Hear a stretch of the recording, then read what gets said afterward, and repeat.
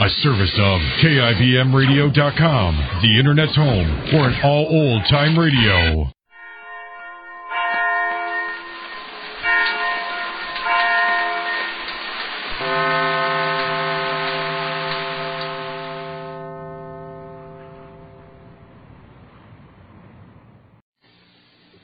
And now, the Goldbergs.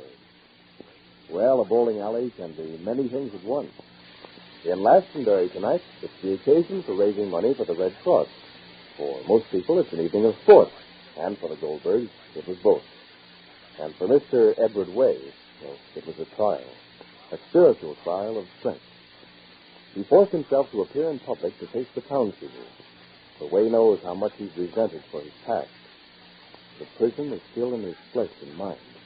Still in the public memory. But he appeared, and people stared. And Way forced himself to play.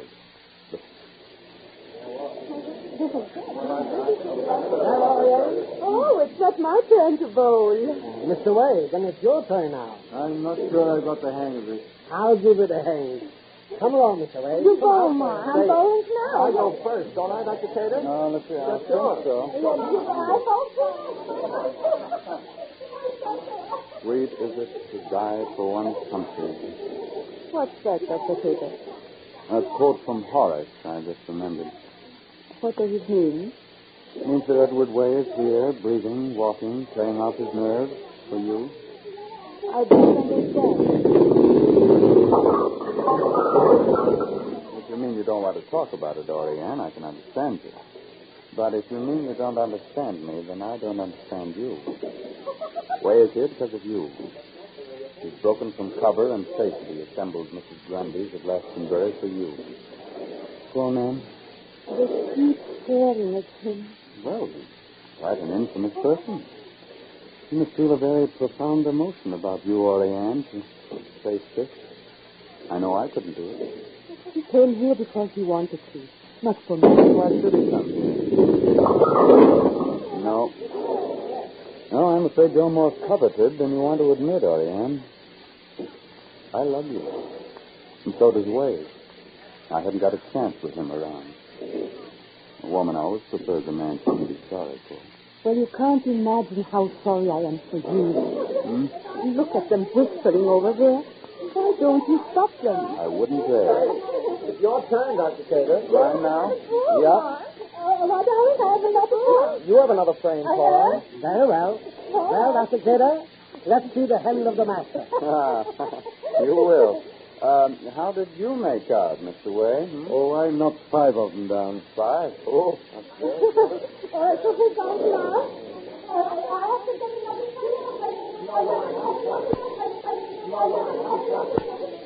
Quite a crowd here tonight.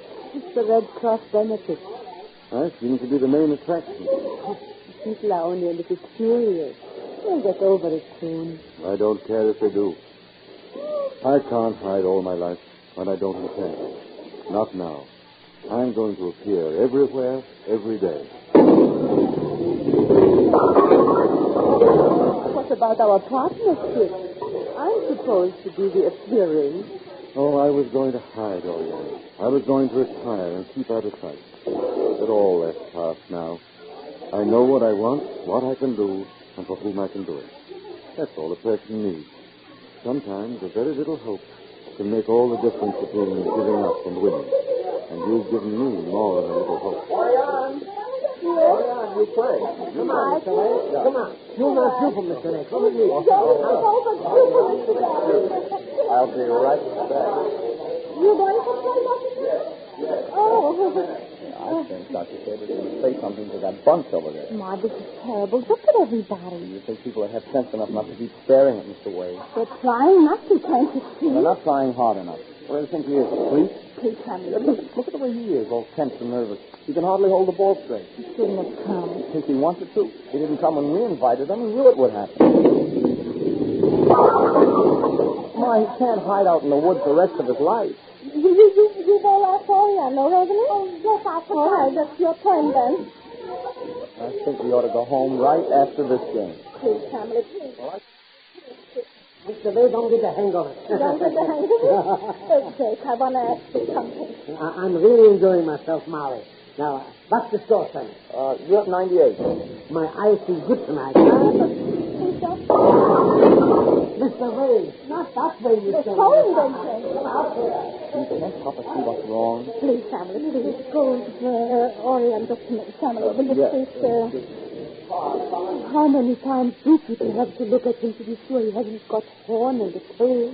We'll go home, Orion. I think it's enough already for tonight. We'll go home. Dr. Cater went over to speak to some of the people. Oh, well, Dr. Cater? This is a free country, and this is a public place, and we can look at him if he comes here. The argument was unanswerable. Didn't he say anything? I said that if ever my father or I had to treat them for a sickness, I guaranteed to kill them all. Excuse me, please. Excuse me, Orion. Oriane. Yes. There's nothing to be done except to let it wear off. Way was a rich man. He was a prisoner.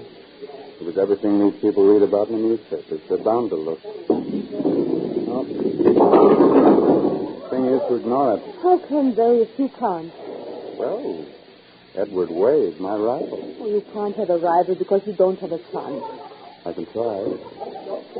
Way has the courage to face these people because of you. I have the courage to face you because of you. And I assure you my courage is greater than his. Because he doesn't love them. But I love you. Mr. Boy. No, Paul, I can't win anyhow, even if I get a strike. I'm top man, huh? Yep. Home and I. That's it. No street. Home. What do you say, Dr. Cater? I told you it was that. I'm your Waterloo, Mr. Goldberg. Good, see? What do you say, Mr. Ray? Another game? Oh, of course. I'm awfully tired. I think I'll go home. What? Would you mind walking me back, Mr. Way? No, I'd be glad to. Oh, then we'll all We'll go. play our last game for the Red Cross, and then we'll drive back. I think I'll go now. I'll get your coat, Oriane. Thank you, Doctor. Yeah, come, Molly. I'll roll you a practice one. Oh, surely, Jake, the family. The practice one, and then Okay, Mike. You're going home because of me. No, because of them. I don't care about them. The public isn't a person to whom we can explain things. I can't reason with them. I can't argue and ask for their help or sympathy. If you understand me, if you know what I want to do, what I feel, the public can do as it likes. Didn't you have a cat, Oriane? Oh, it's in my pocket. This? Yes. Oh, who would believe it? Well, take care of her, Mr. Ware. I shall. Good night. Good night. Good night.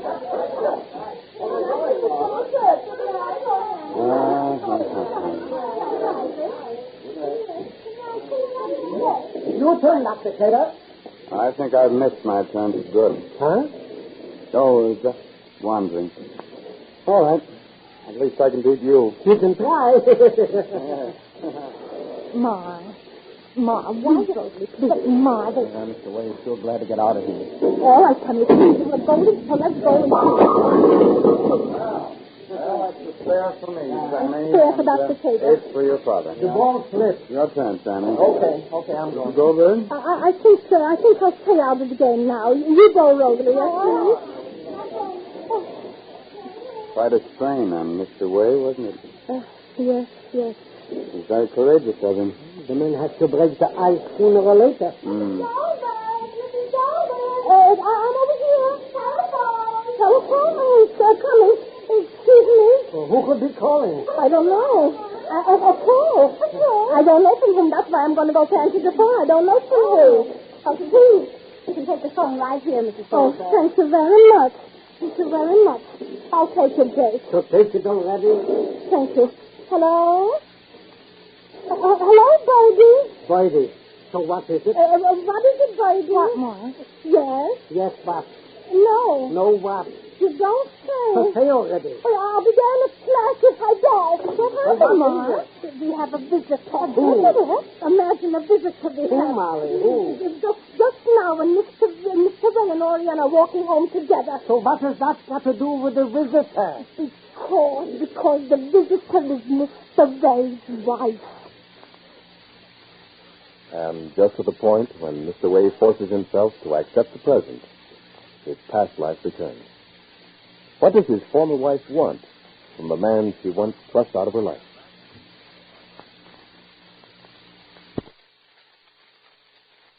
Now stay tuned for X-1 on NBC.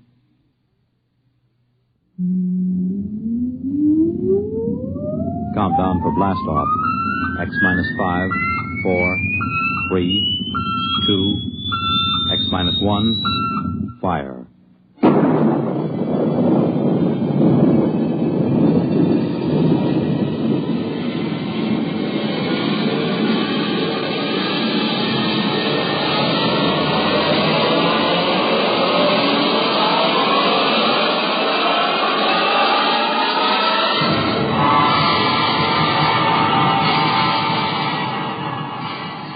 From the far horizons of the unknown come transcribed tales of new dimensions in time and space. These are stories of the future, adventures in which you'll live in a million, could be years, on 1,000 maybe worlds. The National Broadcasting Company, in cooperation with Galaxy Science Fiction Magazine, presents X-1.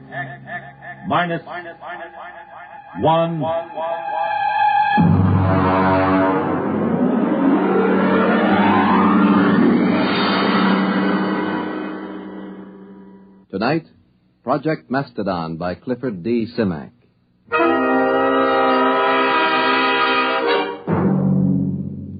Mr. Secretary, may I present Mr. Hudson of, Mastodonia. Mastodonia. Mr. Hudson, this is the Secretary of State. Honored, sir. Now, as Chief of Protocol for the Department, I've informed All you... right, Mr. Kingston. I haven't much time. I'm due at a meeting of the Senate Foreign Relations Committee at 2. If you pass Mr. Hudson in, I'll assume everything is quite proper. Now then, Mr. Hudson, I understand you've been here several times seeking recognition for your, country. Well, that's right.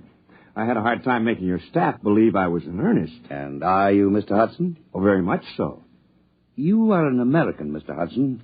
I assume you are acting as a representative for Mastodonia rather than as a principal in the matter. Oh, no. I claim dual citizenship, sir. I am a Macedonian. You pardon me, but I've never heard of your country. Well, it's a new nation, but quite legitimate. We have a constitution, a democratic form of government, duly elected officials, and a code of laws. We are a free, peace-loving people, and we are possessed of a vast amount of natural resources. And... Please tell me, Mr. Hudson, just where are you located? I gathered it was somewhere in Asia. Oh, no. Technically, you are our nearest neighbors. That's ridiculous. Now, look here, Hudson, you can't... If you'll give me just a moment, Mr. Secretary, I have considerable evidence. I'll have to ask you to leave. I'm sorry, sir. Go ahead, Mr. Hudson. You've submitted a document signed by a certain Wesley Adams. Well, he's our first president. You see, we'd like to establish diplomatic relations. After all, we are a sister republic. We'd like to negotiate a trade agreement, and, of course, we'd be grateful for assistance under the foreign aid program. Naturally. Who wouldn't? Mr. Secretary. All right, Kingston. We're prepared to offer something in return for, one thing. Sanctuary. Sanctuary? I understand that in the present state of international tensions, a foolproof sanctuary is not something to be sneezed at. All right, Kingston, I think we've had enough. Show Mr. Hudson out.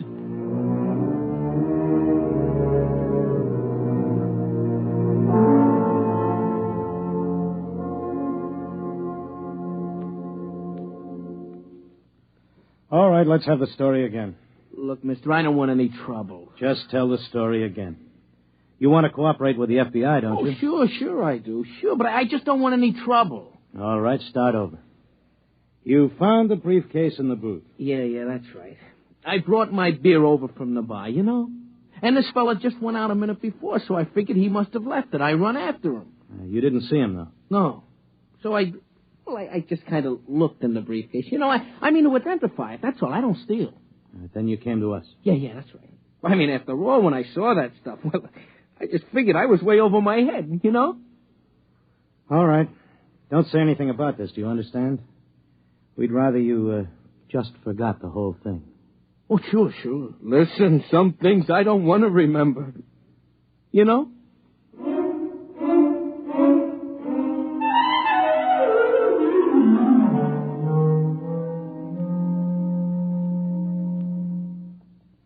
Hello? Is this Dr. Harrison of the Paleontology Department? This is Mr. Jenkins at the Federal Bureau of Investigation. We have some movie film we'd like you to look over. Huh? Oh, we acquired it. Big shaggy elephants and tigers with teeth down to their neck. No. No, it's not fakes. Our labs are sure of that. Whatever is on those films is real. No, we don't know. That's why we called you. We haven't the slightest idea where those pictures were shot. We can't even guess.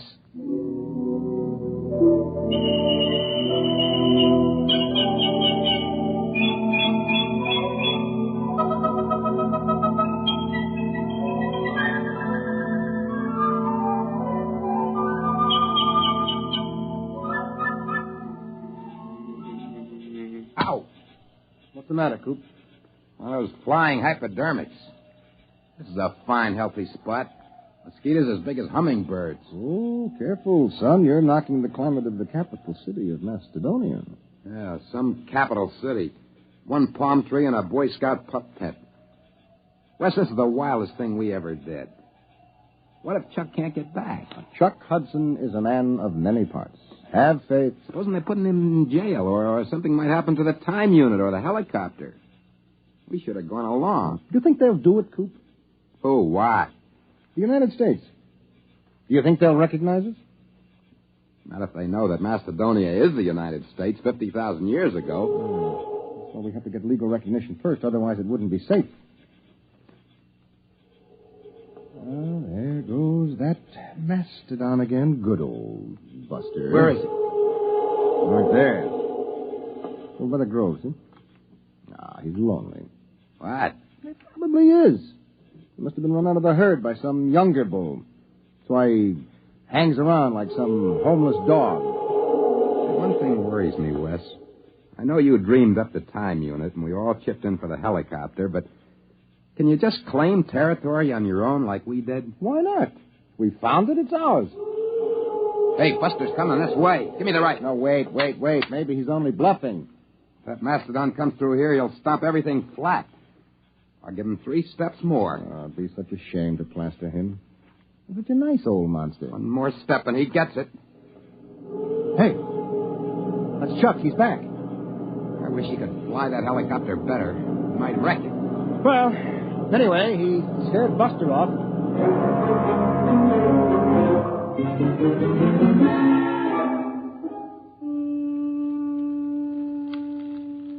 Poke those fires up, Wes. Oh, they're high enough, Coop. You don't want a saber-tooth waltzing through here, do you? Well, we better get a stockade up. You know, some night a herd of Mastodon will come busting in here, and if they ever hit the helicopter, we'll be dead ducks. We'd never get back. We'd be stuck back here in the Pleistocene age. I won't feel safe till we get another helicopter. Those Mastodons carry a lot of ivory. And the mammoths up north. Oh, sure. And get socked in the jug for smuggling ivory? The only way to cash in on the time unit is to get diplomatic recognition for Macedonia. We've got a good case. You said so yourself. A saber-tooth? Down by the grove. I don't like that. Sounds closer. Hey, poke up that fire, will you, Coop? Oh, well, that's Buster. There he is. He's tangling with a saber-tooth. I'll lay 3 to 5 on Buster. Cat's drawing blood. I'll take $5 of it. Come on, Buster. Roll on him, will you? Cat's on his head now. Hey, he's coming this way. Look out! Wes, turn it. Shoot.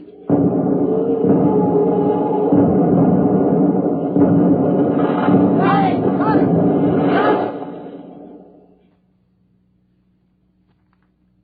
Is he dead? Yeah. The tiger's gone. He won't get far. Neither will we. Oh, no. Yeah, good old Buster. Trust him to drop dead right across the helicopter. Well, we can fix it, can't we? We probably won't even be able to roll Buster off of it. The rotor blades are twisted and the frame is a mess. A total mess, gentlemen. We are in trouble. Macedonia faces a crisis.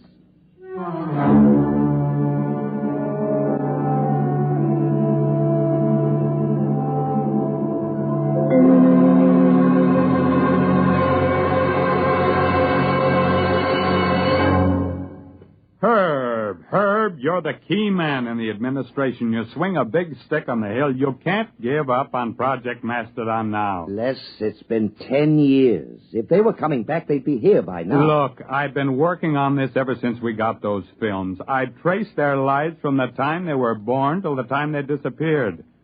Adams was the brains. The other two were quite capable of helping him carry it out. Hudson knew all the angles. Les, I've sneaked your appropriation through 4 times. Now, there's a limit. But I've got the proof. We've had every paleontologist in the country go over those films. They couldn't be faked. Who would know to put lynx tassels on the ears of saber-toothed tigers? Who would know that young mastodons were black? And the location. We tracked down Adams' farm just from landmarks in the prehistoric landscape in those films. We've got to contact them. Look, Les, even assuming it's all true, a planet has only a grand total of resources. If we get Adams' device... Time machine. If we exploit resources of prehistoric America, won't we be robbing ourselves of our own heritage? Look, Herb, I've been over all that with the AEC. There's a lot of lead in southwestern Wisconsin. If we go back far enough, we can catch it when it's uranium. The whole research project hasn't turned up a lead on Adams' machine, if it exists. We've got to keep watching that farm. They might return. We've got to keep looking for them, no matter how long it takes.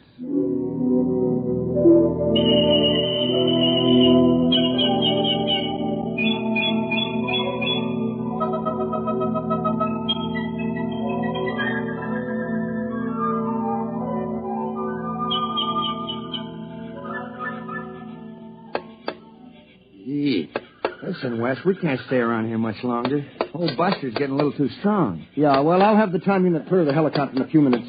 Then we'll just have to move camp upwind. Look at him. Only 2 days since he dropped dead. Bless his heart. Already those vultures are half into him. I'll have him picked clean inside of a week. Give me the hex wrench, will you? Wes, is it all right? The time unit? Well, we won't know until we try it, Coop. And then, of course, it's too late. Well, either does or doesn't. Problem is, how are we going to use it without the copter? Well, couldn't we take a chance on using it on the ground? No, we have to get up in the air. You don't want to take a chance of arriving in the 20th century about 6 feet underground. Wait a minute, Wes. It's got to be higher here than in the 20th century. Look, these hills have stood here since the Jurassic era. They got to be weathered down. Yeah, I know. The only safe way is to build a platform about 12 feet high. That should be enough to clear us. But suppose we come out on the other end 2 feet higher. Well, we fall. Which would you rather do? Take a chance on a broken leg or stay here? Okay. Now, what do we build the platform out of?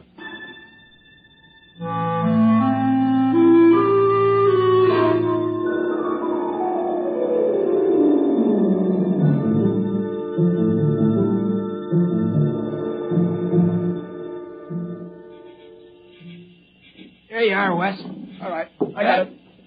Chuck, comes the next stone. Now, wait a minute. Hey, look out. You want a whole pile to come down? I'm sorry. Okay, Wes, hand it up. Yep. Give it. That's about 12 feet, isn't it? Well, it ought to be. It took us 10 days to pile it up. Look out, I'm coming down. All right, don't start an avalanche. Well, pretty soon we'll be able to start all over again. Mm-hmm. If the unit works. Yeah, that isn't all. We don't have any proof we've been back here. We'll be stone broke. Another helicopter would cost $30,000.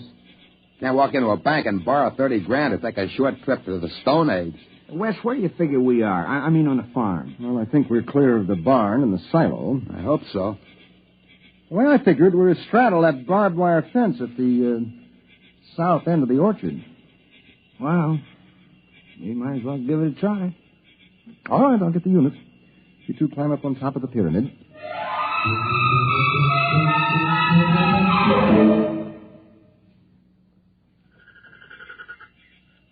You ready? Think it'll work, Wes? I don't know, Coop. Got pretty well banged up when Buster hit the copter. I haven't got the equipment to check the waveforms. All right, stand around close. Bend your knees a little.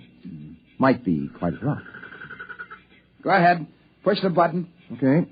1, 2, 3. Nothing. Doesn't work. Well, that's that. We're stuck.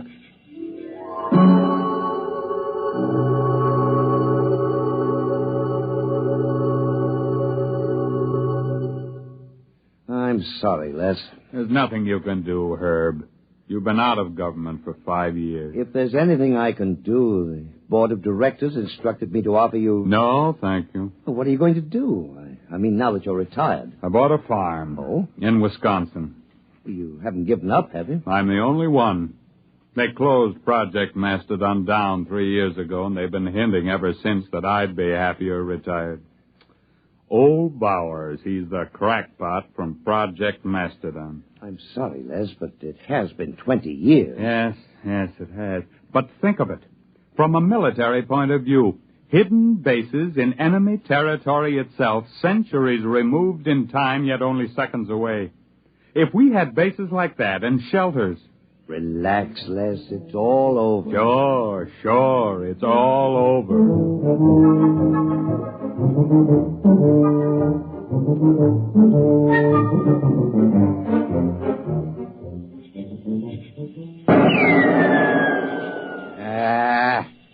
Missed. You should be more careful. We've only been stuck a month now. Someday we'll run out of ammo, and then it's bows and arrows. It's cold.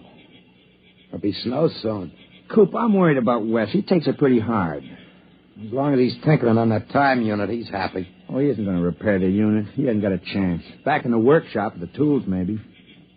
Well, anyway, the hunting's great. Well, maybe we better start saving bullets for big game. We won't be lords of creation around here long without our guns.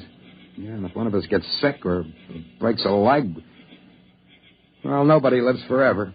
Wes is the lucky one. He's got that time unit to tinker with. Come on.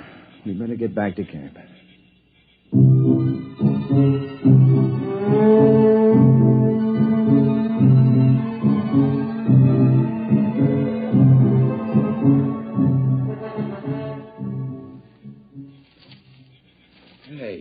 Hey, Wes!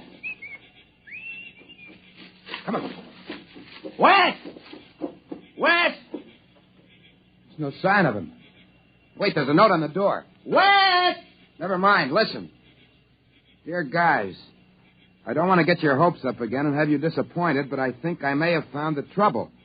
I'm going to try it out. If it works, I'll be back to get you. Wes. What, a fool? That unit can't work. He must be off his rocker. Wait a minute. Coop, look, that pyramid. It took us 10 days to pile those stones up. It's gone. The pyramid of rocks. It's gone.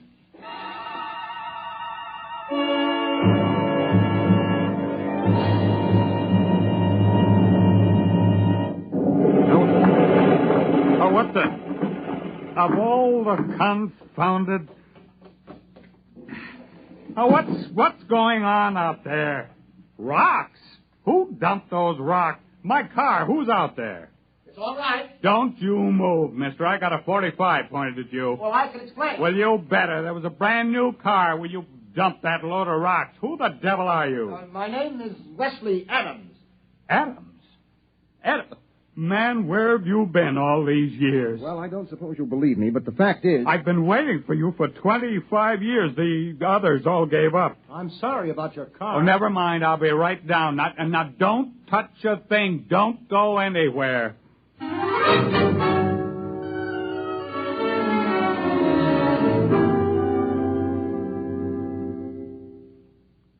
Can't be 25 years. It's only been a few months in Macedonian time. 25 years. Man, it's been a long wait. The unit must have been badly calibrated. You see, it isn't accurate for more than 50,000 years at a jump if the setting is moved. Well, we'd better call Washington. I imagine you'll want the same terms as before. Terms? Recognition, economic aid from Macedonia, defense pact. Now, listen, Adams, you've got those saps over a barrel. You can get anything you want now. The unit. I'll have to calibrate to the day to go back for them. Oh, don't worry about it. You can have every scientist in the country working on it now. Oh, you've got them right where you want them. Hello? Long distance. This is Major General Leslie Bowers, retired. I want to put a call to the President of the United States, White House, Washington. You can tell them I'm placing the call for the President of the Republic of Macedonia.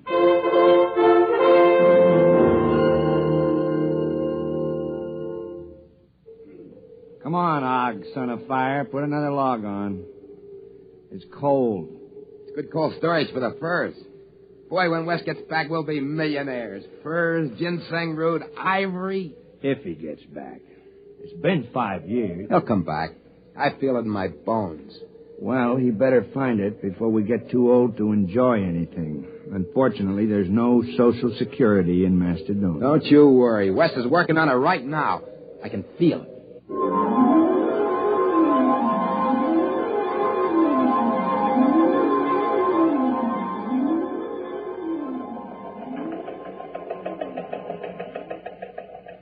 Hello, Charlie. Some just came through on the ticker. I want you to get a background story on it. And we just recognized Macedonia. What? How should I know where it is? Look it up in the encyclopedia. Huh?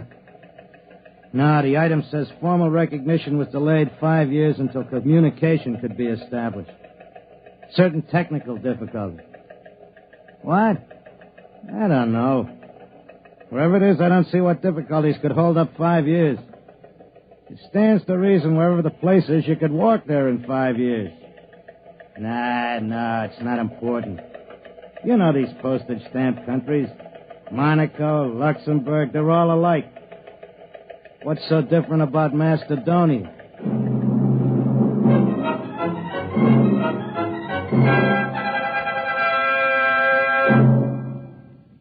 You have just heard X-1, presented by the National Broadcasting Company in cooperation with Galaxy Science Fiction Magazine, which this month features the Theodore Sturgeon novelette, The Skills of Xanadu. When a malignant world endangers another, surgery is the usual answer. But perhaps there's another solution, to kill it with kindness. Galaxy Magazine on your newsstand today. Tonight, by transcription, X-1 has brought you Project Mastodon, a story from the pages of Galaxy written by Clifford D. Simak and adapted for radio by Ernest Kenoy.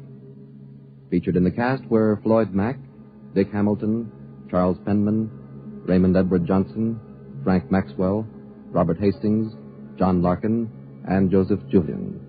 Your announcer is Jerry Damon. X-1 was directed by Daniel Sutter and is an NBC Radio Network production.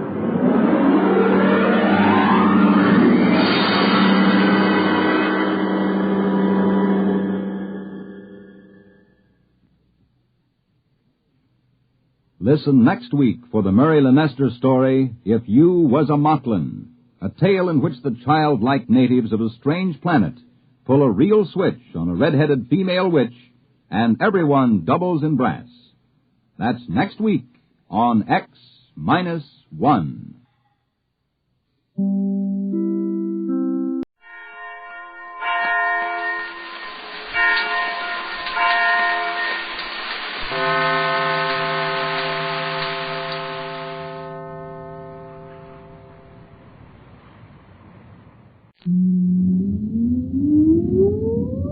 Countdown for blast-off. X-5, 4, 3, 2, X-1, fire.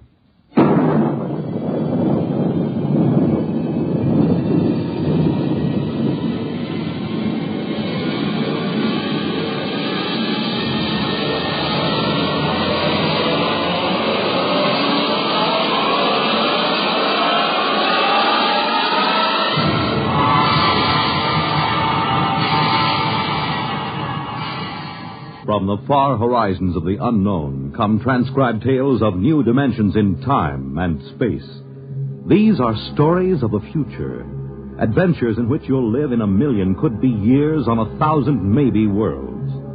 The National Broadcasting Company, in cooperation with Galaxy Science Fiction Magazine, presents X-1.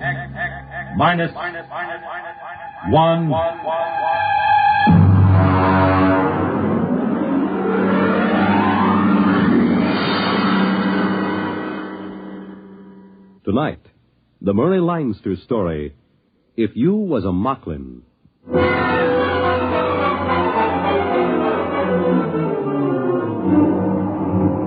Up to the last minute, I can't imagine that Moklin is going to be the first planet that humans get off of. Moving fast, breathing hard, and sweating copious.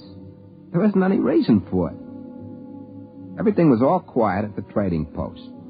I was sitting on the front porch while Deeth, he's the Moklin clerk, looks a lot like a guy named Casey, used to be a wiper on the Palmyra. He comes out on the porch. Mr. Brinkley? Morning, Deeth. How's business? Not so good. There were a few wood Moklins in this morning. Yeah, I saw. Kind of nice looking. Those big saucer eyes. What makes the noses wiggle like rabbits? Well, I don't know, sir. I'm not a woods Moklin. Oh, sure. No offense. They buy much? No, they didn't. They said the prices were too high. Oh. Yeah, they said they can get the same goods at the other trading post for half price. Yeah, it's kind of hard to run a nice little monopoly for the company with another trading post opening up at half price. What is it, sir? Look at that little kid playing in the mud. You mean the Moklin kid? It's my cousin's niece. I can't get over those little kids with the droopy mustaches like old man Bland. I gotta laugh every time. Well, I understand. But you see, Moklins are getting much more human every day. Hey, look at that. There go the trees on the landing field. Yeah, but the relief ship isn't due for a month. I never knew those trees to get up and walk away if there wasn't a ship due in. Yeah, there goes old Sally pulling up her roots. Well, this can't be any routine ship. I wish Brooks was back from the hills.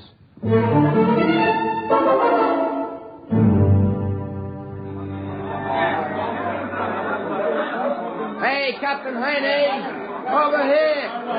All right, come on, let go of my hand. Yeah, nice to see you all again. Friends, yeah, sure. Friends. I wish those Moklins were a little less friendly each time. It's like being a movie star. Captain Haney? Hey, what's that? We didn't send in a requisition for anything like that. Red hair and everything else. Captain? Relax, Brinkley. That is Inspector Caldwell. She's a troubleshooter for Sam Company. They must have finally read those reports Brooks keeps sending that. Look out for her. Good morning, Miss Caldwell. Inspector Caldwell, please. This is Joe Brinkley. He's the assistant manager of the company post. Where's Brooks? He's up in the mountains, ma'am. Well, he should have been here. I'm on Moklin to check into this matter of a competitive trading post. Who's back of it? The company is supposed to have exclusive trading rights. Brooks is trying to find out. The Moklins around the place always say the humans are off somewhere hunting or something. We've never seen them. Hey, take the lady's luggage. Yes, sir. It's a pleasure. Oh, he looks a little familiar, your clerk. He's a Moklin. But he looks a lot like a man used to be a wiper on a Palmyra, Casey. I think he's on the Aldebaran run now. Please conduct me to the trading post. That afternoon, Brooks come down out of the hills with a bunch of woods Moklins that were guiding him. I took Inspector Caldwell over to meet him, and he gets one look at her red hair and other equipment, and he stops short. Hey, what's this? She Moklin? I beg your pardon? This is Inspector Caldwell. She come in on a Palmyra today. This is Brooks, the head trader. Well, am I glad to see you. I guess they finally read my reports in sector headquarters. You've come to check my request that the planet be abandoned? Not at all. Moklin has great potentialities. Friendly natives. Trade should continue and increase. But I explained. All I'm interested in is why you allowed a competitive post to be established in our exclusive territory. My reports cover that. Haven't you read them? Of course not. I was given a briefing on the situation here and told to correct it. Well, now, let's get to it. Do they cut prices? 50%. Yeah, but lots of Moklins still trade with us, just out of friendship. They're real friendly, these Moklins. Now, I'd like to know just... Excuse me, Mr. Brinkley. What is it, Dave? A girl just brought you a compliment. Oh? Well, now send her in and get a present for her. Yes, sir. 50%. Well, if they want a trade war, we'll give it to them. We can cut prices if we have to. We have all the resources of the company behind us. My dear Miss Caldwell, if you'd read any of my... Inspector Caldwell. Yes, it is, Mr. Brinkley. Compliments, sir. Compliments. Wow. Let's see him. He's asleep. Well, look at that. Ears like mine. The same bastion nose and everything. What do you know? Kitsy. Hey, what's your name? Morano. I can't remember ever seeing you before. Well, that's the way it goes. Hey, take her in the post and give her a present. And this way. Thanks for the compliment. I'm greatly honored. Yeah, it's real cute, ain't it? Real human. Human? Brinkley, you are going to be transferred out of here the instant the Palmyra gets back. Why? You mean that girl? I'm giving her a present. What's the matter? That's all you think about it? The callousness. You're revolting. Miss Caldwell, I'm afraid maybe you don't exactly understand about parallel evolution here in Moklin. I gather it's been parallel enough. That will be all on that subject, if you please. In the morning, I shall want to go and inspect that other trading post.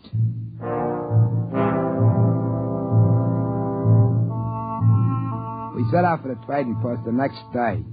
Brooks stayed behind on account of he was peeved that she hadn't read his report. Anyway, she was cute as the bug, and he resented anyone with a figure like that in authority over him, especially without reading his report. I tried to explain to Miss Caldwell that we just couldn't go in and rip up the opposition post.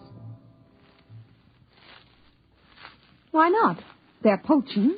Moklins imitate humans. Now, if we start trouble, they'll start it too. Anything. Mayhem, murder, theft, bigamy. Bigamy? You're worried about that? Listen, Miss Caldwell, you've got to understand about Moklin evolution. I'm not interested. Here, wait a minute. Now, this is a nest bush, see? There's about a dozen nests on it. Now, only about 2 of them are right. Look. Oh, there's a bird. Yeah, that's what I'm trying to tell you. Now, see, the bush grows nests for the cacklebird, and the bird, well, fertilizes around the bush. It's even Steven. See, that's the way evolution works on Moklin, like we were trying to tell you. Mr. Brinkley, I am not interested in learning about the birds and the bees on Moklin or any other planet from you. Now, let's get on to that trading post. Naturally, when we got there was only a couple of Moklins hanging around. They told us the same story about the humans having gone off somewhere hunting donderflies. When we got back to the company post, Inspector Caldwell, furious as a wet cacklebird, marched right into Brooks. I have just ordered a price cut on all items on sale by 75%. I've also ordered unlimited credit for Moklin customers. They want a trade war over there? I'll give it to them. But you don't understand. There's a whole planet where they could have put another trading post without being discovered. Why put it so close to us? That furnishes them with a ready-made market for human trade goods. And it furnished them with Moklins trained to be interpreters and clerks. And it furnished them with a Moklin head clerk, who is a very handsome young man, Mr. Brooks. He not only resembles you in every feature, but he even has a good many of your mannerisms. You should be very proud. Goodbye. That's funny. Like me, huh? That's right. Spitting image. Funny as folks never brought him for a compliment present. How good's the likeness? If he was wearing your clothes, I'd swear it was you. Maybe. Joe, remember that time you went off hunting with Deeth and his folks? Yeah, sure. We were after donderflies. We caught about 6 of them. You were wearing Moklin clothes, weren't you? Well, you know how they are. You're insulted if you don't. Listen, did you come back after one day for tobacco and a bath? No. No, we were way over at Dunlip Hill. Some Moklin got killed and we had to bury him. It took 2 days. Well, during that week, while you were off wearing Moklin clothes, somebody came back here wearing your clothes. He got some tobacco and went out again. He looked just like you, Joe. Exactly. Nobody suspected it wasn't you. Why should he want to do that? He might have been checking to see if he could fool me. Oh, that's a situation, ain't it? I haven't mentioned it before, but I've been guessing it's something like this. Moklins like to be human, and they have kids that look human. Look at the difference between Deeth and a woods Moklin. Well, maybe they can want to be smart like humans. And pretty soon they are, or their kids are. That rival trading post. You figure there aren't any humans running it. They're practicing with that. You mean they might figure to get rid of us and have a couple of Moklins take our place? I don't believe that. Moklins like humans. They wouldn't harm humans for anything. They like to be just like them. Listen, Joe. Miss Caldwell is the first human woman on Moklin, isn't she? Yeah? Why? She's got red hair. The first woman the Moklins see, and with red hair. You know how Moklins admire humans. With luck, it ought to turn up soon. Boy, she's going to take it hard if it does. Women hate to be wrong.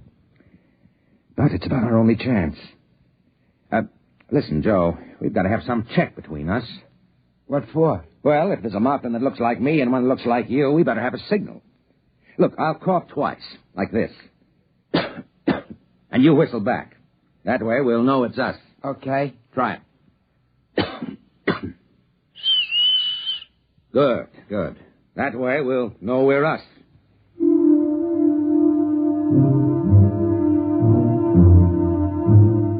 Brooks starts off the next morning to visit the other trading post and see the Moklin that looks so much like him. Before he goes, we do our little routine.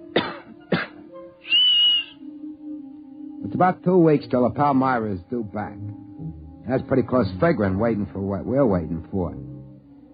I was thinking how good life was on Moklin up to now, and that made me kind of a little sad. But it's the end, there's no doubt about it. Moklins sure admire humans. They produce kids that look like them. You can't help liking Moklins. But I can see what Brooks means. Moklins loose among humans, outsmarting them as their kids grow up, just about taking over in the galaxy. When they come back from the other trading post, we went through the secret business again. In the meantime, Inspector Caldwell was busy with her trade war. She cut prices once, twice, finally 6 times, until 3 days before the Palmyra is due back, our goods are marked at exactly 1% of what they cost a month before. Brooks was getting more and more nervous. Seemed like he was falling kind of in love with a snappy little inspector. He was getting jumpy, waiting for her to get her big surprise. She was making out merchandise requisitions one morning when Deep come in, smiling friendly at her. Inspector Caldwell? Oh, what is it, Deep? There's a compliment for you. What? 3 of them. What is he talking about? Joe, this is it. Deep, show him in. Now, look, I haven't got time for public relations. These inventories... Here we are. Inspector Caldwell, 3 compliments. Compliment, compliment, compliment. Now, let's see him. Very pretty, very human, no? Oh, no. No, that's impossible. No. Very pretty. Red hair, all 3 of them. Red hair. Very pretty red hair. Same as human lady. Very pretty. All right, Deep. Take her out and give her some presents. This way. Come on. But that's impossible. Those babies, 3 of them, they couldn't. They do. They look exactly like you. That's what we were trying to tell you. But I've only been here a month. Moklin babies get born real fast. They sure admire humans. It's kind of friendly when you think about it. You mean they can make their babies look like anybody they want? It was all in my reports. They've got a queer sort of evolution here on Moklin. Babies here inherit desired characteristics, not acquired characteristics, desired ones. And what could be more desirable than you? Red hair and all. Oh, but I thought, you and Brinkley... Oh. You couldn't help it, dear, really. But I hated you. I thought that... Now, look, darling. Joe. Yeah? Do me a favor, will you? Sure, what? Get out of here. Oh. Okay. And stay away for a while. Sure. Only one thing. What? That's... Okay. Then I'll leave you 2 together.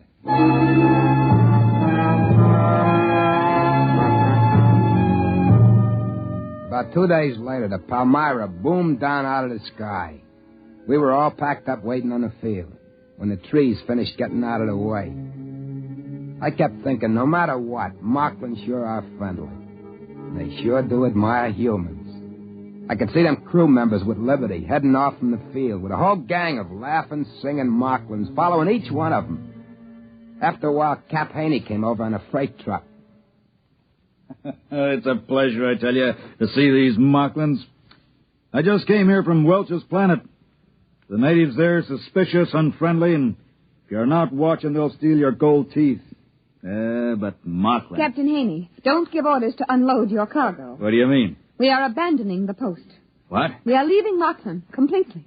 Sam Company pulling out when there's still a mill credit to be made? I don't believe it. I have authority to order the move, and Mr. Brooks has convinced me of the necessity for it. Now, Inspector, I know the company doesn't like to give in to competition. There isn't any competition.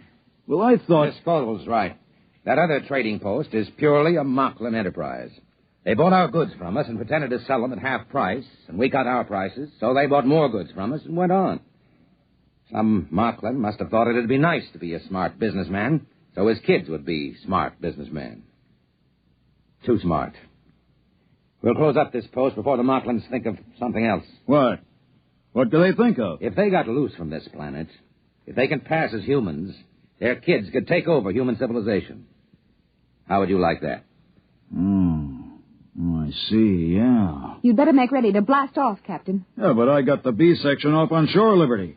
Men are scattered all over the place. With Moklins? Sure, with Moklins. You know how it is. Regular party. Fancy Moklin clothes, food, liquor. Captain, you'd better sound the emergency recall. Yeah, I see what you mean right away.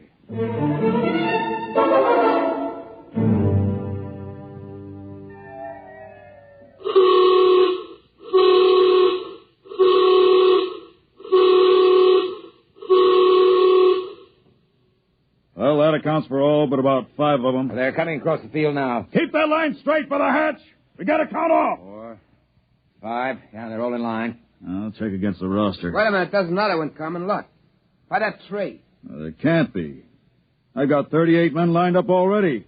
38, that's a full count. That's a human. He's wearing Moklin clothes.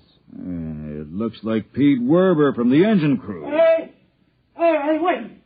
Wait for me. Wait. Yeah, but it can't be. Werber's already checked in. There he is, in line. Wait for me. Hey, where'd you come from? I couldn't find my clothes. You see, I was in these Moklin clothes when the signal went off. I was trying to find my clothes.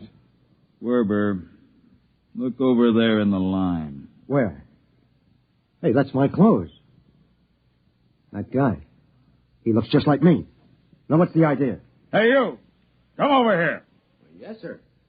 What's the idea? All right, you caught me. I'm a Moklin. He stole my clothes. Why did you do it? Oh, we Moklins like humans so much, I thought it would be nice to make a trip to Earth and see more humans. How come he looks like me? My parents planned it 5 years ago when you came here first. They made me look like this wonderful human and hid me till now. You give me back my clothes. Well, of course.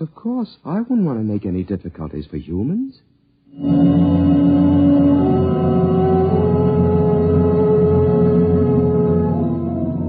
He took it as a joke on him. He talked English as good as anybody. It was hard to tell which was the Moklin and which the human guy. So we let him keep the human uniform, and he was very grateful. We took off after that, and the Moklin stood around and laughed and waved and threw flowers as we closed the hatches. Pretty soon the Palmyra was pushing up through the atmosphere.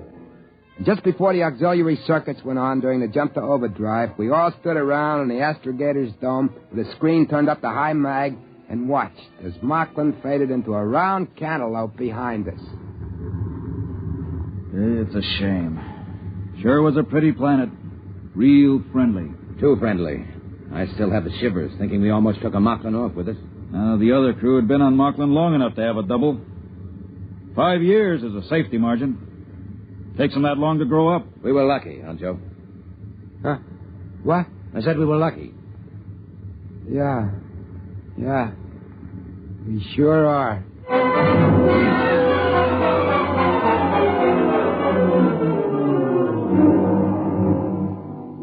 I guess I was the only one who felt a little different from the others about leaving Moklin. I mean, Moklin's are swell folks. And it seemed a shame. There'll be an order out that no human ship is allowed to land on Moklin. But I was thinking, I'll save my money, and those compliments, those 3 little kids that look just like Inspector Caldwell, in about 5 years they'll be grown. And I'll buy me a little private ship and shove off for Moklin again. And I'll pick me one of those 3 red-headed gals and marry her Moklin style and bring her out to a human colony planet. I'll have kids with brains, top-level brains. That's easy. If she wants it, that's the way the kids will be born. I'll have to bring other Moklins out, too, and start them passing for humans. My kids are going to need other Moklins to marry, aren't they? It's not that I don't like humans. I do.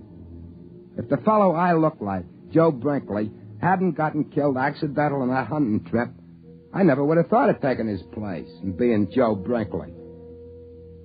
That's what I was thinking when Brooks suddenly got an idea. Wait a minute. Joe, you and I were on Moklin more than 5 years. Yeah? So? One thing.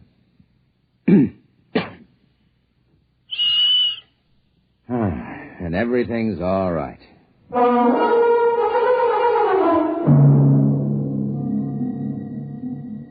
I mean, you can't blame me for wanting to live among humans, can you?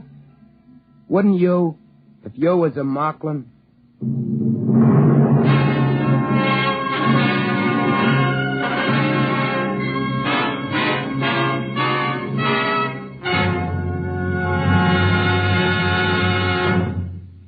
You have just heard X-1, presented by the National Broadcasting Company in cooperation with Galaxy Science Fiction Magazine, which this month features another fascinating For Your Information column written by Willie Lay. Galaxy Magazine, on your newsstand today. Tonight, by transcription, X-1 has brought you If You Was A Moklin, a story from the pages of Galaxy written by Murray Leinster and adapted for radio by Ernest Kenoy.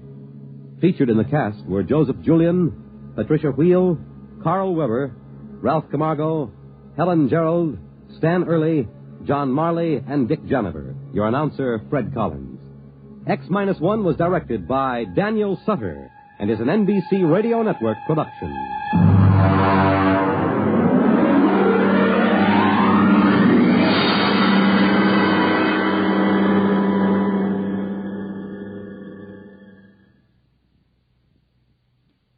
Next week, listen to Project Trojan, an original story by Ernest Kenoy on X-1.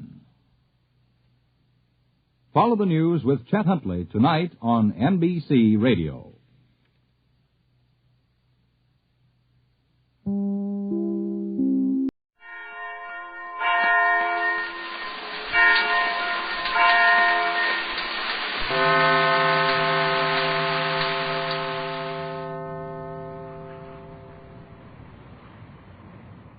When the Gregory yacht sailed for the South Pacific, the members of the expedition hoped they would find a strange island and a little lost girl, and return the little girl to her mother. All this has been done. But now, when the yacht should be sailing gaily home with a happy party on board, it is tied up, helpless, at one of the piers on the island of Euclidia, the magic island of the South Seas. Mrs. Gregory, her daughter Joan, Jerry Hall, and Captain Tex Bradford are in Mrs. Gregory's cabin on the yacht, discussing the failure of their attempt to outwit G-47, the mad scientist. Why, Tex, if this thing is just as you describe it, we're actually prisoners. Worse than prisoners. For now we haven't even a chance of rescue from the outside world. I'm afraid that's about the size of it, Pat. Oh, Mother, it's almost too much, isn't it? Just a few hours after we have found each other, and we're making such happy plans to go back to your world. Then to have it all taken away from us again. Oh, cheer up, Cleostra. Gee, how I hate that name. My name is Joan now, Jerry, and no one need ever call me Cleostra again. That old G-47 keeps right on calling you Cleostra. I think G-47 will go right on doing a number of things we'll be powerless to prevent. It looks bad now, Patricia, but there's always a way out of everything if you try hard enough. I sure can't see any way out of this. Gee, and I thought that message to Johnson would get us rescued right away. How did the plan fail, Tex? Have they done something to the radio that we can't communicate with Johnson? No, the radio is all right. Jerry talked to Johnson, and Johnson repeated the message back. That part of it was all right. But G-47 also heard the message, and he knows that I've instructed Johnson not to move in our rescue without orders from me. And unless we can find some other method of communication, those orders will never get to Johnson. But why, Tex? Why did you send Johnson such orders? Isn't there some way he could rescue us? That's what I couldn't figure out, Mrs. Gregory. I'm almost sure that it would be impossible to rescue anyone from this island. It would only mean the lives of everybody who tried it. You are right, Captain Bradford. They have weapons so terrible here that a big battleship just melts away and sinks within a few minutes, and without a chance to fire a shot. Its guns and engines all powerless. Joan, my daughter, you've just heard these men talking about what they think they can do, of course. Nothing like that has actually happened. I have seen it with my own eyes. A fine battleship sinking in 10 minutes. Everyone on board lost. And the only weapon used by the Euclideans was one of their larger ray guns, looking very much like one of your telescopes. Oh, Mother, Even now, you do not realize the awful power of things on this island. Golly whiskers. Gee, that sounds like the real thing, Tex. It is the real thing, Jerry. That's why I'm so hopeless about it all. Why, Tex, I've never seen you act like this before. You can't mean you're giving up, that there's no possible way to get off this island. No, I haven't given up. But there's no hope in any of the ordinary ways of doing these things. We've got to hit on some way of getting information to Johnson. Then he will have a chance to rescue us. What's that information, Captain? I'd rather not tell you, Jerry. At least not just now. Might be too unpleasant for you if G47 found out you knew the only ray of hope there is. It will take time. Days, weeks, maybe months. And until then, I want to keep that to myself. Then let's hope that guy never finds out how to read what you're thinking about. I suggest that we try to forget all this for a few minutes and act like human beings. Come and sit by me, Joan. I can hardly realize that after 14 long years, we're really together. Gee whiz. Look at that, Captain. At what, Jerry? At Joan and Mrs. Gregory. They look just alike, don't they? They sure do, son. And especially since Joan has a dress of her mother's own. I said that Joan would be pretty. Almost as pretty as you are, Mrs. Gregory. And she is, too. You're a sweet boy, Jerry. You've been good company for us on this trip. Aren't you glad we brought him, Tex? Yeah, as far as he's concerned. But I'm sorry to get anybody into this. Your dad'll be plenty worried about you, Jerry. Oh, no, he won't. He knows I'm with you. Well, right now, being with me is the poorest protection I can think of. Now, Tex, dear, don't start that again. We're all in this together because of Joan and me. And we'll all get out of it together. Don't worry any more about it. Please, dear. Mother, when you talk to the captain like that, you look at him so soft and different, and your eyes are so large and beautiful, and now your cheek is turning red. Mother, why does Captain Bradford look so uncomfortable? Oh, boy, oh, boy. What is the matter with you, Jerry? Oh, nothing. Jerry, you mustn't do that. I'm sorry. Mother, is Jerry not feeling well? Why should he laugh when he says he is sorry? Joan, you're a very scientific young lady, and your knowledge is way beyond your years. But, well, the reason Jerry was laughing is... Yes, Tex. What is the reason? Look, Joan, what would you think if I called you dear? I should think it was very silly. My name is Joan. Yes, but look. Give it up, Jerry. Never mind, Joan. We're not making fun of you. It's just one of those things you'll understand when we get back to the world. Back to the world. Now, there you go again, Tex. If you can't just sit still and talk about something pleasant, then for heaven's sake do something, anything, to occupy your mind. I know a great deal about many of the things on Euclidia. Perhaps I could tell you something that would help you. That's true, Tex. After all, Joan knows more about this island than any of us. Probably more than we shall ever know, and we haven't asked her for any information of real value. Well, I got an idea that the more we hear about this place, the more hopeless it's going to look. That is true.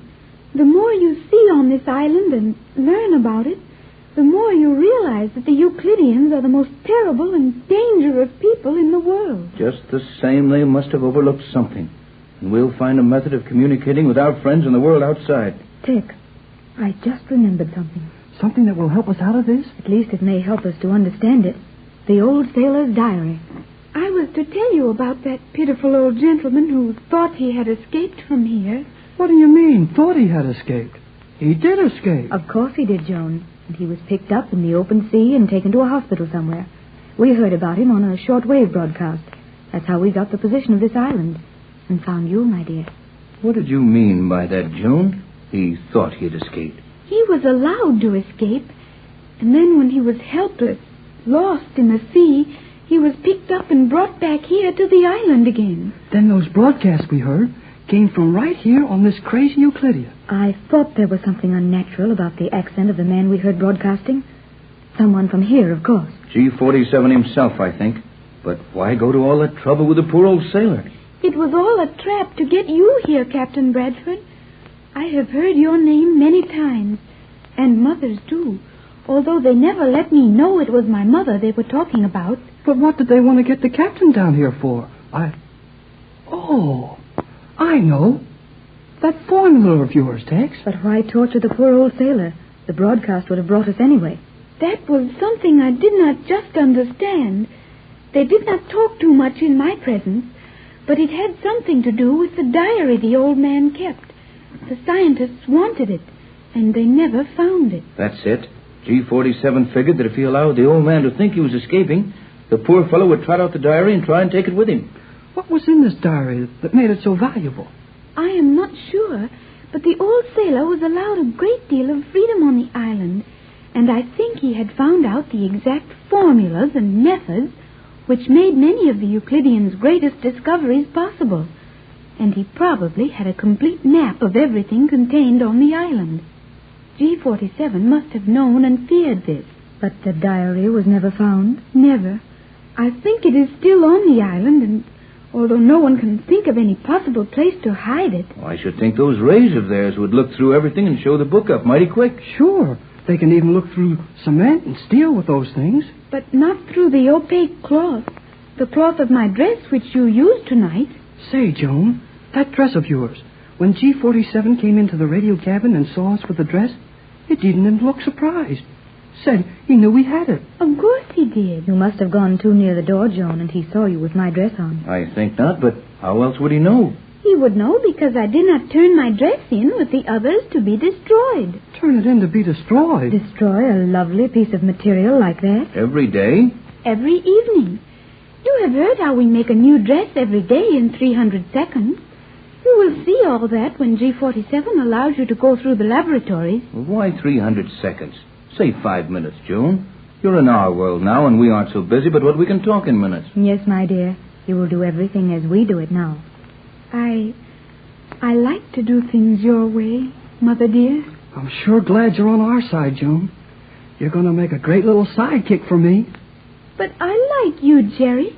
Why should I make a sidekick at you? Oh, no. That's just my way of saying that you and I are going to get along all right. Your conversation is confusing to me, Jerry, with your many exaggerated idiosyncrasies of expression. Golly, whiskers. That is what I mean. Golly is what you call slang, is it not? Oh, I guess it is. Then what are the whiskers for? I have learned that you use a great deal of slang because you're too lazy to speak correctly. But the whiskers on the golly, there's no sense to that, Jerry. Look, you win. I give up. Forget it. Don't look so worried, Joan. Jerry was just having a little fun with you. I thought I was, but I got a notion she's having some fun with me. I'm afraid Joan hasn't had much experience in having fun, Jerry. Euclidia isn't a funny place. No, Mother. Until you and Jerry and the captain came to this island, I had never heard anyone laugh as you do. These Euclideans only laugh when they're watching someone suffer or planning some terrible thing to do. Now, dear, you're not going to worry any more about all this tonight, and you must get some sleep. Tex, you and Jerry say good night and go to your cabin. I want a few moments alone with Joan, and she's very tired, aren't you, dear? Oh, no, Mother. I am not at all tired. Oh, sure you are. Your eyes look like two fried holes in a blanket. Fried holes? In a blanket? How can you fry... Skip it. I'm sorry I started it. Good night, Joan. Good night, Mrs. Gregory. Good night, Jerry. Good night, Pat and Joan. Jerry will take turns with me on deck tonight, so don't worry. See you in the morning. Night. Good night, Tex. Jerry. Gee, Tex, they've got that funny yellow light all over the island again. You can hardly see. That's what we're up against, kid. That weird yellow light all over this island is a pretty good example of how much we can see of what's ahead of us. You're right, sir. We can't see a thing.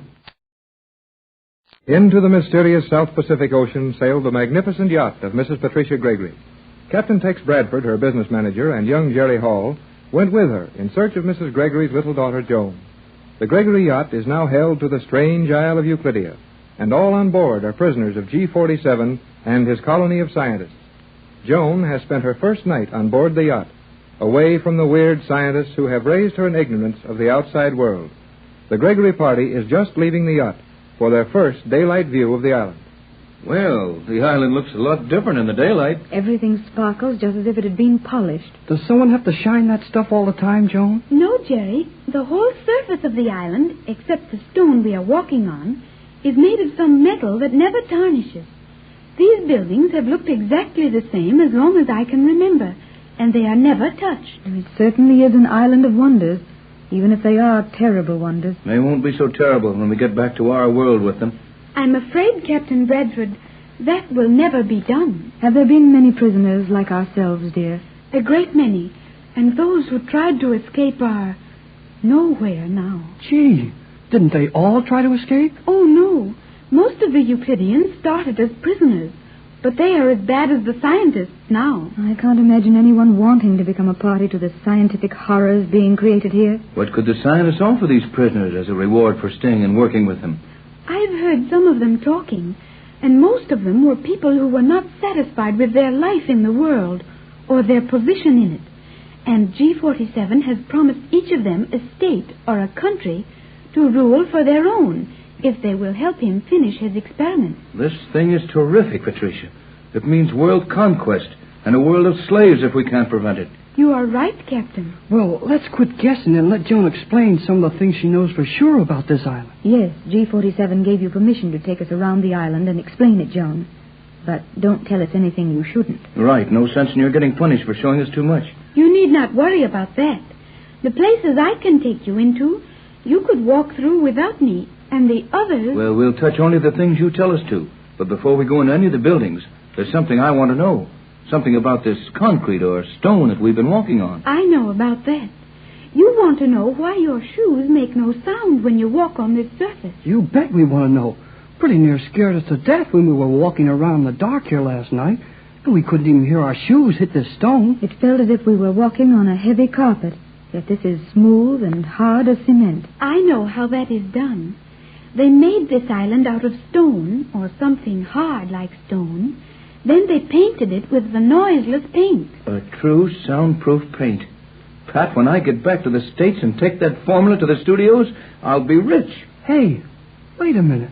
What happened, Jerry? Oh, nothing happened, but I just got something you said. What did I say? Well, you said when they made this island.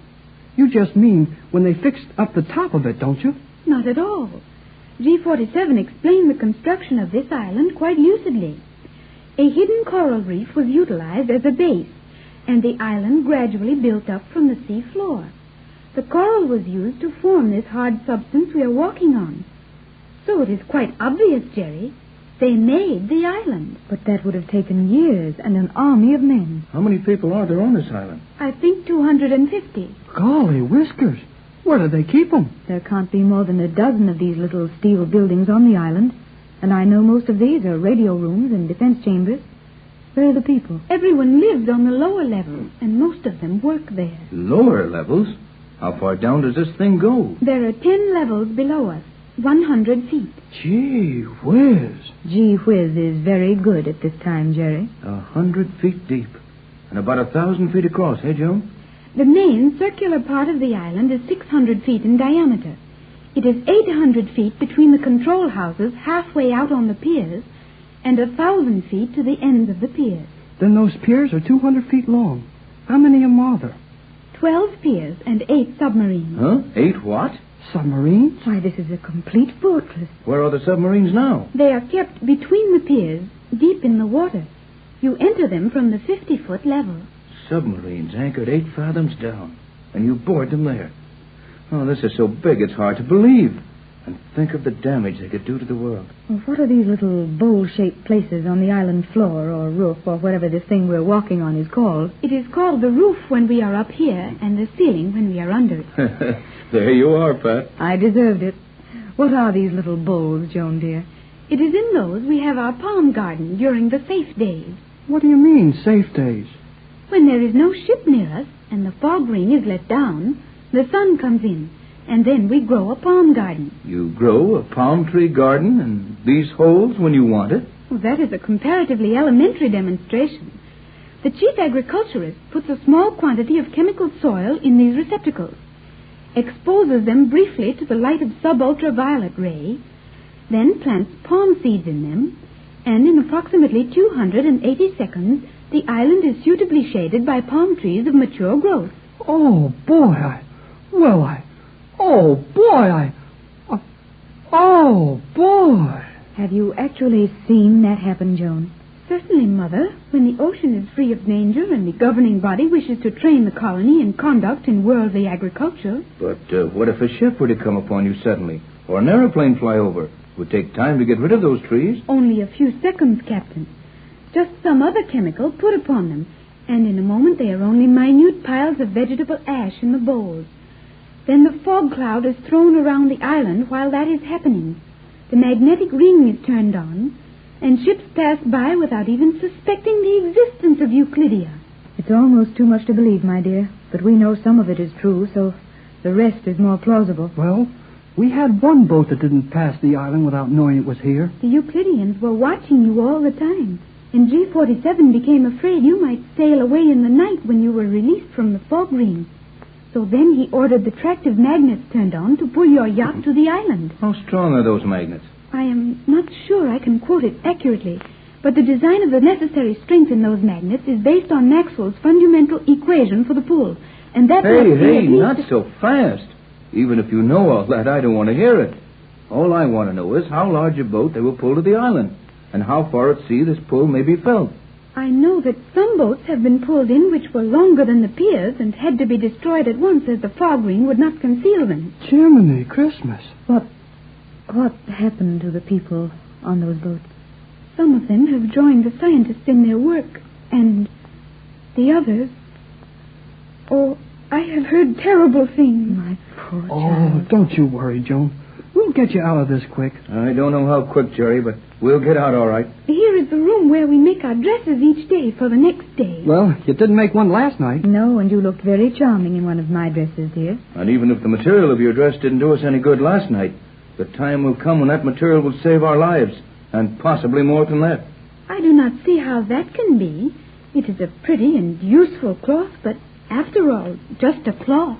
True, dear, but with a cloth that will shield us from the light and sound waves of these scientists, we can secure a little privacy, and Jerry and Tex will try to plan our escape. We will go in the cloth mill now.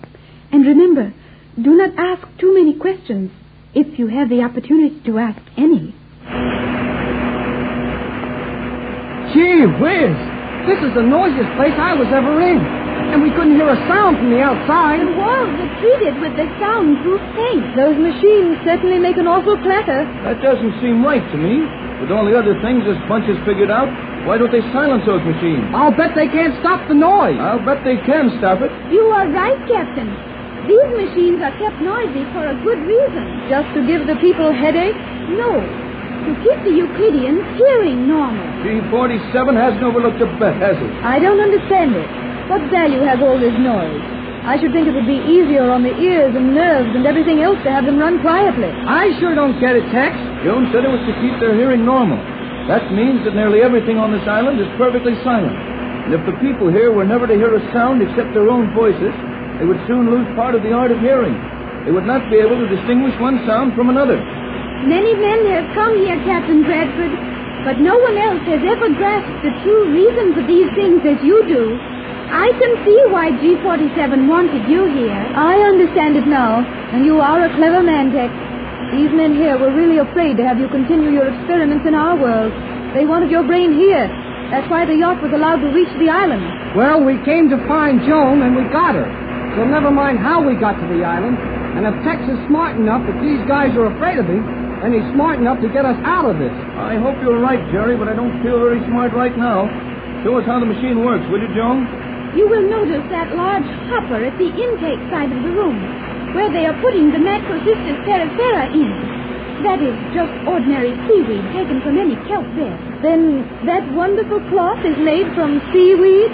Gosh, these fellas are plenty smart, all right. The seaweed is ground up there. Then it goes through all these other machines where they do things to it which I do not understand. Then it comes out on those rollers ready to make dresses of.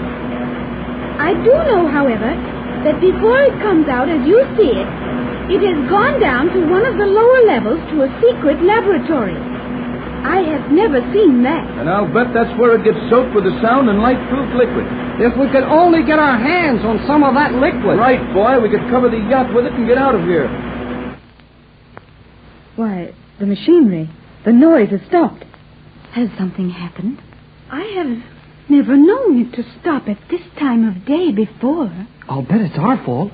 Do you think they could hear us talking through all that noise? Probably if they wanted to, but why stop the machinery? The alarm. That gong is only rung when someone is trying to escape from the island.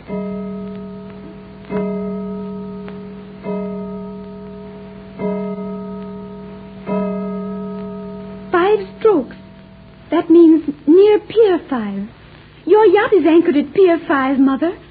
Someone must be trying to escape from your yacht. I'll bet the skipper's trying to take a rowboat out. Boy, I hope he makes it.